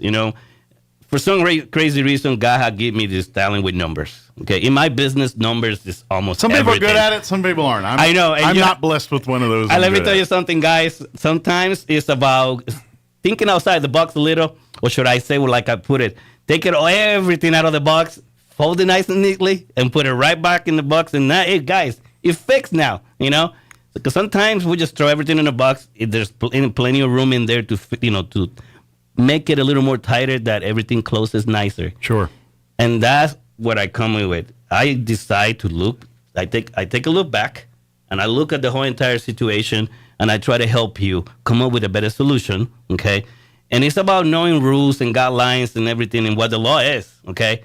Everything that I do is by the law, guys. If, I have lost 1 or 2 deals because, let's be honest, the borrowers or somebody did something that it was not supposed to. And guess what? I cannot undo what is done, okay? I can definitely try to fix it and turn it around and help you. And that's what I do, and when I have a situation that I just cannot let go, I know some people say you should just let it go. It's like, no, I'll find a way to get it done, because I love the idea of helping people buy a home. And I think it's the coolest thing that I'm part of it. Mm-hmm. Okay. You may not call me 2 months afterwards or whatever, and don't invite me to a barbecue. By the way, I like hot dogs and hamburgers. Anyway, so Mike knows this because when we met, they were doing the outside stuff at the games and everything. Oh, yeah. I love eating me some hamburgers, I tell you. But my point is, I'm here to help you. I don't have any other agenda but to deliver this to you, okay? Yeah. And God has blessed me to have the knowledge and the experience through all these years to, think outside the box, And I'm just so blessed that I'm actually working for a company that goes the extra mile, folks, okay? I've been in good companies in the past. Sure. I did well. I'm just in a better one now that I can do even more. And that's the part that I was like amazing, because I was like, oh, before I couldn't do that and now I can. It's now you like, get support from, and that makes it easier for me. Mm-hmm. I'm not saying that we don't have our hiccups because let's be honest, like I call it, we got colorful customers, the different things, different, backgrounds and different situations that Absolutely. they did in the past. Every situation's unique. It's unique. Yeah. So my job is not boring, folks. Okay. So, You know, and sometimes I feel like there's not even enough time to, follow with everybody. Sure. But everybody counts, everybody matters, and I try to help everybody. Absolutely. So please, if you're in that point, or maybe you've been renting forever and you're not going to get your money back renting. You're just not. I mean, it serves a need and is very helpful for it. But if your game plan is to rent the rest of your life, you're really setting yourself up to really live rough. You know. I know. Sometimes I get somebody that's been renting for like 15, 20 years. Yeah. It's like, what you been waiting for? It's too easy to do it the other way and get that money back in yourself. I was like, have you been paying attention? What's been going on lately? You know, Yeah. I mean, it's like if you have even thought about buying a house, Yeah. and you have some kind of belief or some kind of myth or something that you cannot do, it's best to talk to somebody like me, and I'll tell you true or not. Sure. Okay. And if it's a not, I'll tell you what you need to do so it could be a yes. Okay. And the fact of the matter is, pretty much everybody can buy a house if you think about it. It's about discipline and knowing what you can spend and what you can't, and obviously people with more income have a little bit more flexibility on what they do with it, and people with it. But every person with a job can buy a house if you play your cards right. Some are going to be trickier than others. Obviously, if you're making minimum wage, then it's going to be trickier, but it still can be done. Exactly. But it's discipline. Okay, you're not spending $6 on coffee every day. You might want to buy the Folgers thing and get your little $10 coffee pot and make you 50-cent cup of coffee every day. But you know what? So be it. You get to the point where you get a house, and then you start having, and guess what? Your money's going to start working for you, and then you can start buying you $6 coffees again when your goals are met. Because a $6 cup of coffee sure tastes better when you're in your own home on your porch. You and ain't you're paying lying. a rent on somebody. That's 100% true. That's the priorities. What are your priorities? Do you need Netflix, Hulu, on all the 37 other things, or do you need a house? That's the priorities you got to ask yourself. And let's face it. Well, you remember last year. Yeah. I mean, last year we talked about a guy that could not buy a house that he wanted. Yeah. And I told him, hey, maybe you need to refinance your vehicles. And remember, he even went the extra mile. He actually sold the vehicles to be able to get you. If you're paying $700 for a car payment right now, and you're paying $800 for a rent payment, maybe you need to reassess your priorities. Exactly. And you know what the funniest thing is? I'm actually, and this is awesome that we actually just talked about this right now. Yeah. I'm actually doing a mortgage for his dad that moved from Texas here. And that same guy, okay, basically, refers their parents to us. And their parents are actually buying a house as we speak right now. And that guy, he actually is still refinancing the vehicles. Because at first he told me, like, he didn't like the idea of what I tell him to refinance the vehicles. Because there's folks, sometimes people, we don't see eye to eye on some of the stuff that we are trying to tell you. But I'm trying to tell you something that is just going to help you. Sure. But he went the extra mile and ended up selling the vehicles. And that's when, right after COVID, and there were not enough vehicles and this and that. So he probably got good money back. He got good money from them. Timing was right there. It was right timing for him, but that's not what I asked him to do, but he went and did that. That was the craziest thing ever, and I was like, wow. Somebody actually listened, but he went the extra mile. Sure. Well, I think your information opened his eyes to, man, I am paying a lot of money for things I don't need to be paying a lot of money for. And I think that's the case with most of us. And it works for a minute for us that way, so you're thinking it's good. But then when you try to add new things into the fold, you're like, oh, man, I can't pull it off because now I'm paying $700 for a car that I shouldn't be paying $700. Exactly. And that's really where Ellie can help go through that stuff and look through that. And sometimes the independent eyes that aren't attached to it are the best source, because at the end of the day, Ellie's just trying to do the best for you. He doesn't have the hang-ups and the things that maybe you're attached to on some of that. And he can say, look, I get it. This is important to you. You got to have your coffee. But you know how much you're spending each month on that coffee? Exactly. Can you do that in a cheaper way? Yeah, then put this towards your dream of owning your house and investing this in yourself. Yeah, you have to have somebody else that have your interest in hand and has a different point of view. Yeah. Because the fact of the matter is, every individual, they have the way you live your life and everything, Some people may like to have that extra coffee in the morning and all that stuff. As crazy as it sounds, maybe just not having that extra coffee for a few until you buy your house. Yeah. Okay. And I know that sounds very petty. What we were talking about was just giving you an example. Yeah. Okay. And I got guys that say, you know what, I got a Harley. Okay. Say, well, if you didn't have that payment right there, I will have you approved already by now. And I tell the guys, maybe sell it and then buy yourself another Harley after you buy a house. I think the biggest hang up people have or mess ups when people have when it comes to this stuff is the whole ideology of keeping up with the Joneses. That mindset. You know what I mean? Because we all have different incomes. We all don't, some of your friends probably make more money than you do. Some of your friends make less money than you do. Exactly. And then your friends are like, oh, I got the new phone. I got the new whatever.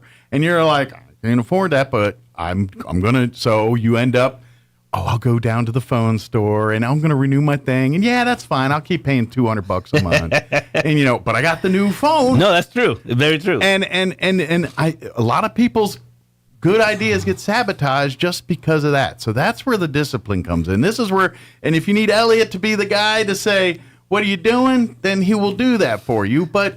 Ideally, this is the hang up. When you get on in the news and you see everybody saying student loans and how are we supposed to make a living off all this, choices. That's how you make a living. Yep. You make choices. You have X amount of dollars. You got to make the choices, the right ones. I'm not saying it's going to be easy. I'm not saying it's going to be fun. But that's what you got to do to get ahead. If you're not willing to do that, then you're going to sit here muddling and wondering why you can't get ahead. That's what happens, and that's life. And that's just the way it is. No matter what everybody tells you and what the world says or Twitter says or society says, that's how it works. No matter how much you cry in the streets, that's how it works. And when I talk to you guys, look at it this way. You guys come to me, okay? You trust me. You follow my lead. Do what I ask you. Guys, I'm not going to tell you to do anything illegal. I'm not going to tell you to bend the rules and do some crazy stuff. I'm going to tell you to do the right stuff, okay? And it's going to set you to the right situation later in time. Absolutely. So you follow my lead, okay? Do what I ask you to do. I can give you my word. I'll help you buy a home, okay? How fast and how soon we can do it, that's up to you, okay? But you come to me, I'm going to do, okay, the right things for you and get you a home. Like we started the conversation in the beginning, I don't have any other agenda but to help you buy a home. Okay, folks, I don't get paid until I don't help you, get that final, date and sign papers. Sure. Actually, by the way, I don't even get paid that day, folks. Okay, everybody else get paid but Elliot. Sure. So I work for free all the way to the end, and into the after you buy your house. Okay, so in the end of the day, anything can go crazy, and I just work like I'm getting paid every day. Okay, but I do the right thing for you so that doesn't happen. And folks, I'm not known for the guy that loses deals and this and that. If I telling you I can make it work. Now, let's be honest. There's the one situation here and there that I cannot. I might sound like I'm like Harry Potter making some stuff happen sometimes. But the fact of the matter is, I can only do what I can do from the borrower as long as they help me and do what I ask them to do. There is simple math involved here at the end of the day. And because if it doesn't work, and there's so many crazy rules, guys, and a lot of you may not even understand why those things are the way they are. But let's be honest, the government are involved in everything that we do, okay? And we still have to follow rules and guidelines, and the law, the way it is. And here's the advantage, when we talk about, getting back to discipline and that kind of thing, and this is where people that are disciplined succeed, where those that don't. If you're willing to make the sacrifices early and not spend on the new iPhone or the new Android phone or the new car or the, if you're that, or I don't need a $7 cup of coffee every day. This is the thing I'm telling you. If you sacrifice that now, everything else will get cheaper too, because you're going to find you have more money to pay your bills.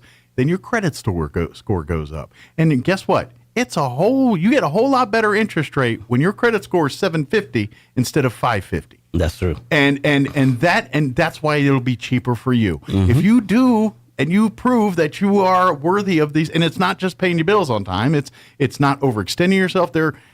Convenience of credit, the convenience side is that you sacrifice your own net worth a little bit here. It's awful convenient. Yeah, you got me the money to do this. Great. That's great. If you're using it to help you advance yourself, great. But if you're just buying too much house that you can't pay for, and on top of the car payments you can't pay for, on top of the newest phone, the newest gadgets out there that you can't pay for because you make minimum wage, you're going to have a problem. So you know what? You buy a used phone, You buy a cheap phone. You spend you get your coffee for free at the house, or you spend the 35-cent coffee. You don't roll into the highfalutin coffee place. Look at how much coffee you can buy when you buy your own coffee. And next thing you know, you have money to pay your bills, and next thing you know, your credit score goes up, and then guess what? That mortgage payment that you're now paying $1,200 a month for is now $900 a month because your credit just dropped 2 points because your credit went up, and now they can refinance you at a rate that's more like that's not a risk rate. It's what normal people are paying. Let me give you an example. I was a little sick about 2 weeks ago, and I had a few people, and I fell behind on following up on everybody because I literally took. I guess God said you need to take a break because you just don't stop even through the weekend. So I was out of the picture for a few days, and it was crazy when I came back to my emails and everything. It's like, oh my God, okay. So because sometimes I know I'm busy all the time, but sometimes I don't realize how busy I am. Because it's just from one person to another. You see the forest from the trees sometimes. Exactly. Yeah. So I had a lady that actually texted me, and I let her know that I was a little sick, that I'm a little behind, and it was one of my customers that I've been dealing from before, back in March or April or so. And at that time, they didn't qualify. I tell them to do a few things, and she actually did what I asked her to do. And I said, well, let me take a look and see where we at now, blah, blah, blah. Guess what? I got her pre-qualified. Now she's talking to a real estate agent, and hopefully in the next day or so, they'll have a house that they want to go for. Folks, if you guys listen and do what I asked you to do, you'll be surprised what you can accomplish, okay? If you're renting a home, okay, and I understand some people are renting places that are very cheap, $600, $700. I get it. And I know rent has gone even higher if you're going to start a new rent. A mortgage may be a little higher than $600, but the fact of the matter is your house now, okay? Like we were talking about. Now you get to do whatever you want to because it's yours. Right. You want to paint it pink, okay? Or, or one of those green colors that shines in the night. You could do that, so you could. As long as you're not in an HOA or no. Exactly, as long as you're not in an HOA. But what my point is, you take charge of your life. It's yours, okay? I don't think I can ever rent a home ever again. I mean, there's no way, that I can do that ever Life again. would have to take a serious downturn for me to go about renting I mean, again. seriously. Yeah. So what I will say is, like I always said to everybody, if you're in the market to buy a home, don't worry about what's happening in the market. Don't worry about what's happening with the government. The fact of the matter is you still need a home, okay? If you're renting with, some, family, renting, or you're living with family, or whatever the situation may be, you should look and see if you can buy a home. And I'll tell you if you can or not, or what you need to do so you can. Sure. Okay? And folks, I love helping people buy new homes, and it doesn't mean a new home per se, but it's a new home for you, okay? And you have your own house that you can say is mine, and folks, you know what they say, home is where you make it, okay? When you get your house, you can make, it may not be the Taj Mahal at first, but you can make it the Taj Mahal after the fact, okay? And if you have to eat ramen noodles a little instead of going out too much, for the first 30 days to 45 days, before you buy your house, that's a small sacrifice to make. Well, at the end of the day, it's what's your priorities. Exactly. What do you want? Do you want nice meals right now? Or do you want to buy a house? You want to buy a house and then build it and here's the thing. The people that make the decision to be disciplined now, they're the ones you don't see getting in trouble down the road. Years ago when all this adjustable rate, Fannie Mae, people that did it smart, that didn't affect them at all. You know who got impacted? People who were fast and loose on doing this stuff. And they're the ones in trouble. That's what happened. Don't be one of those people. And just guess be what? smart. The people that are taking the advantage of it right now because the market's so crazy is the people that are investing. Yeah. Okay? So don't stay left behind. Yeah. If you want to buy a house, buy a house. Don't be afraid of it. Later on, when the market gets better, I don't know how soon it's going to be, okay? Because we haven't been talking about what the Feds have been doing and everything lately, because they haven't been doing anything good, okay, to help us. All right, so hopefully, in December, we got election year coming. All that stuff is going to happen, so some drastic changes are going to take place. It's going to get crazy again. It's going to get crazy again, guys. But the fact of the matter is the Feds may still push it higher before we can get better anyway. Yep. Because all they're trying to do is adjust the market so they can start dropping the cost. The interest rates are not going to drop fast enough, but it will cost less to purchase a home later. So, but at the same time, when you buy a house right now, don't worry, like that might be a 7%, 7.5%, whatever it may be. The fact of the matter is, later on, when you refinance, you will be lowering your credit, your interest rate to actually have a better position. Okay, but if you're able to acquire it now, that means it'll be easier for you later. Absolutely. And you're going to be, creating, equity.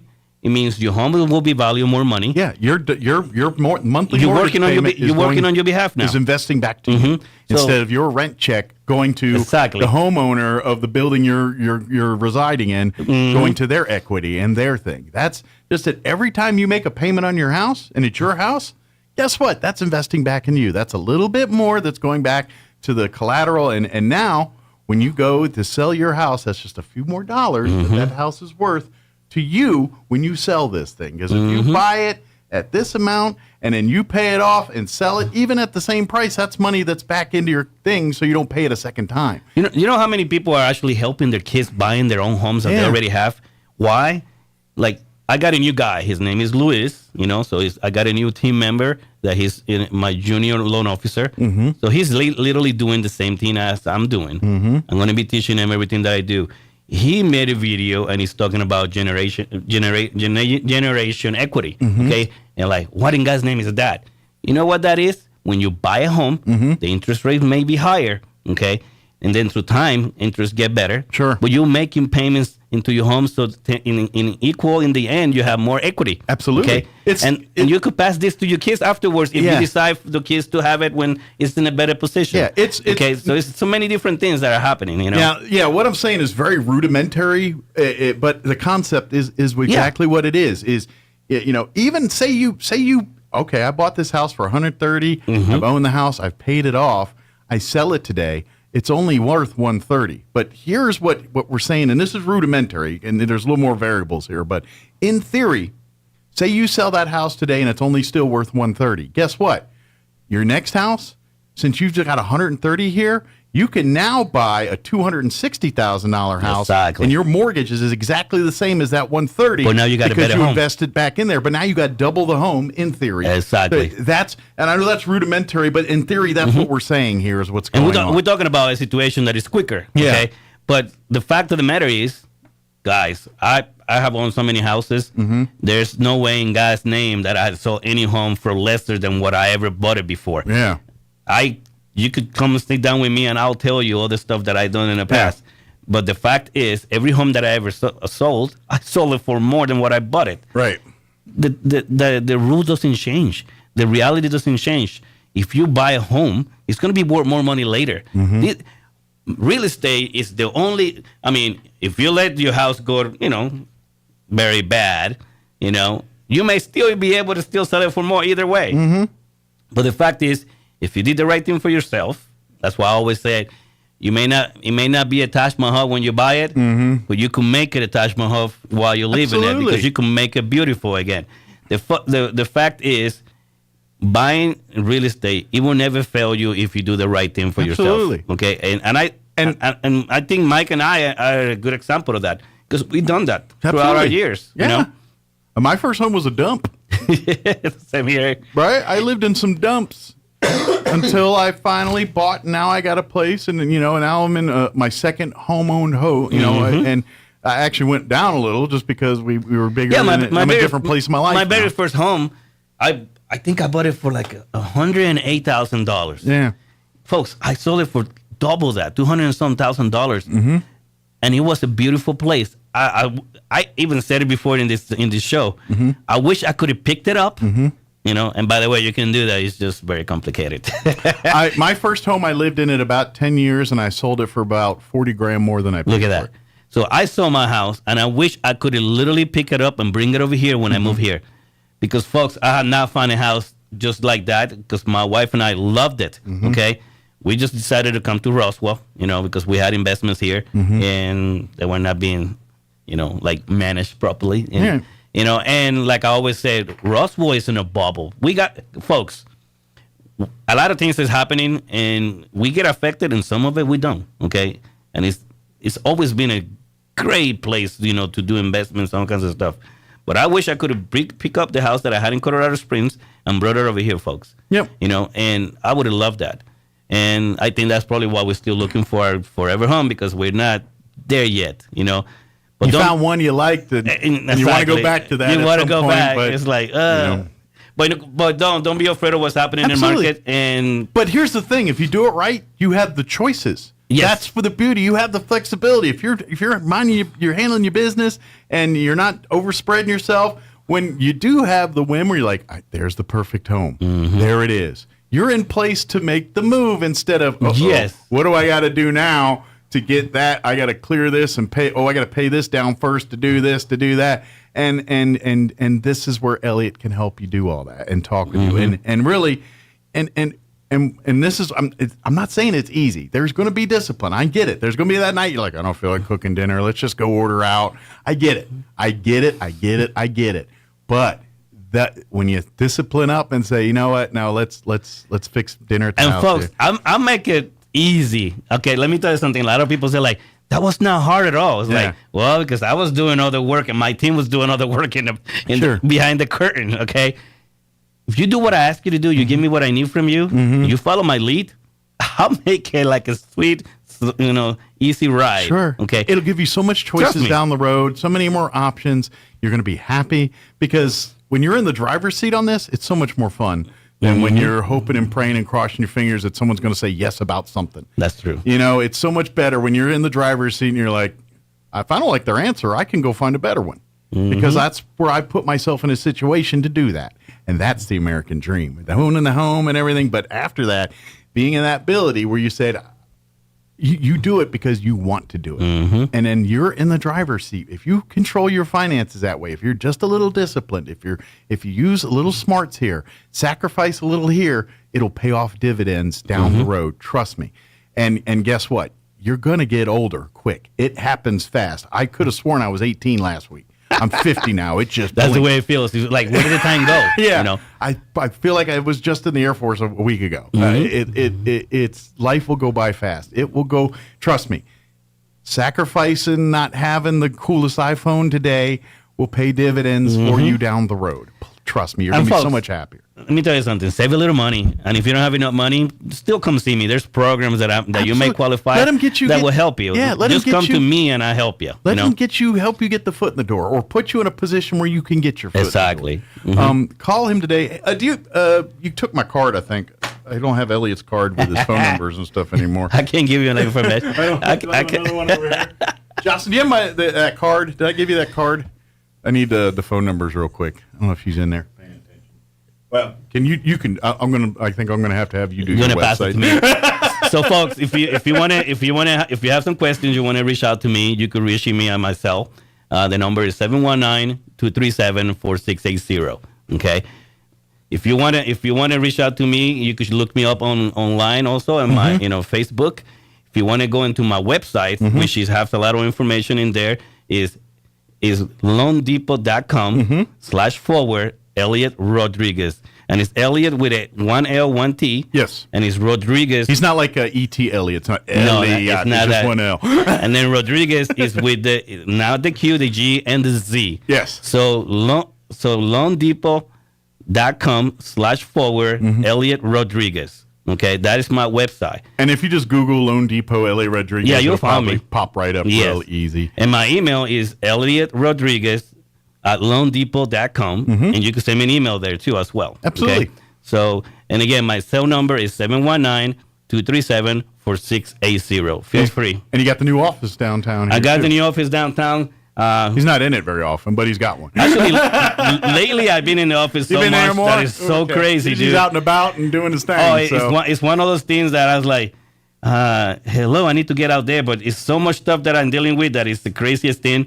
But I love it because, customers find, and you know what, customers find me even without I don't even know they're coming, They managed to Google me and everything. I ask people, like, how do you find me? Like, oh, I Google and you were there. It's like, okay, all right, cool, awesome. Google can save a lot of things if you let it. So. Yeah, but I'm downtown. Yeah. 2nd Street, 204 West 2nd. suite number 5. Yes. So I'm across the street from the parking lot of the police department. That's right. You just cross it over on Richardson, and you into my parking lot, and I'm right there. You see it. You can't miss me. I had a big sign that says Lone Depot in nice, that purple that we love. Yeah, the purple of that royal purple. I love it. Lone Depot purple. We'll call it that. Yeah. No, but folks, don't be afraid. Absolutely. Don't worry what is happening in the market. If you're in the market to buy a home and you need to buy a home, we're there to help you. Absolutely. So please come out, reach out, start doing things for you and your family instead of paying someone else's mortgage. It'd totally be worth it. As always, appreciate it. We'll see you next time, Elliot. Thank you for having me. Anytime. 9:57. Quick news and break before we get off the radio. Don't go away. Now your Pecos Valley News update. I'm Jared Sorello. It seems like a terrible broken record, but it is reality, unfortunately. Police in Hobbs are investigating the discovery of a deceased newborn baby in a hospital bathroom. Hobbs police say the discovery was made Thursday at Covenant Health Hobbs. The 16-year-old patient, who was accompanied by her mother, had been receiving treatment in a hospital room. Staff later discovered the newborn baby deceased in the bathroom area of the hospital room. Back in May, 19-year-old Alexi Treviso was charged with murder for the January death of her newborn baby, which was also found in a hospital bathroom in Artesia.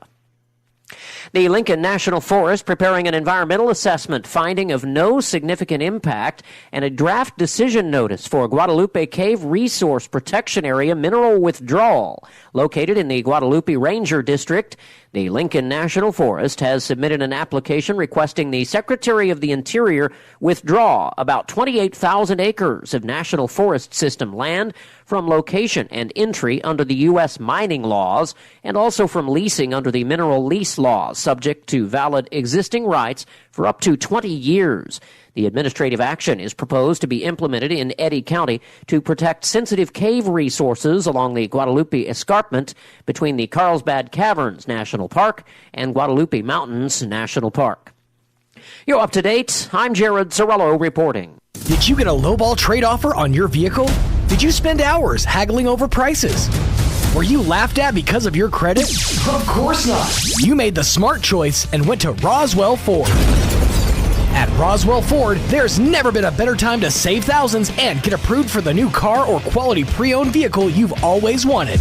Our lenders' approval requirements are more forgiving than ever. If you have a steady job and proof of residence, you could be approved in minutes. Even with bad credit or no credit, over mileage on your lease, or buried on your loan, Roswell Ford will take any trade, even if you owe $6,000, $8,000, even $10,000 more than your old car is worth, regardless of make, miles, or condition. If you're looking for a new or quality pre-owned vehicle at or near your current monthly payment with little or no money down, visit Roswell Ford today for incredible savings. Roswell Ford, the home of Tailgate Nation at the corner of 9th and Main in Roswell. Plus tax and tag, trade balance refinance to the new loan, subject to lender approval, offers not combined. Innovation, service, integrity, and knowledge. J.S. Ward & Son Insurance Agency. Auto and home, life and health, personal and commercial. Bonds too, since 1925. We have the coverage for you. Innovation, service, integrity, and knowledge. J.S. Ward & Son Insurance Agency.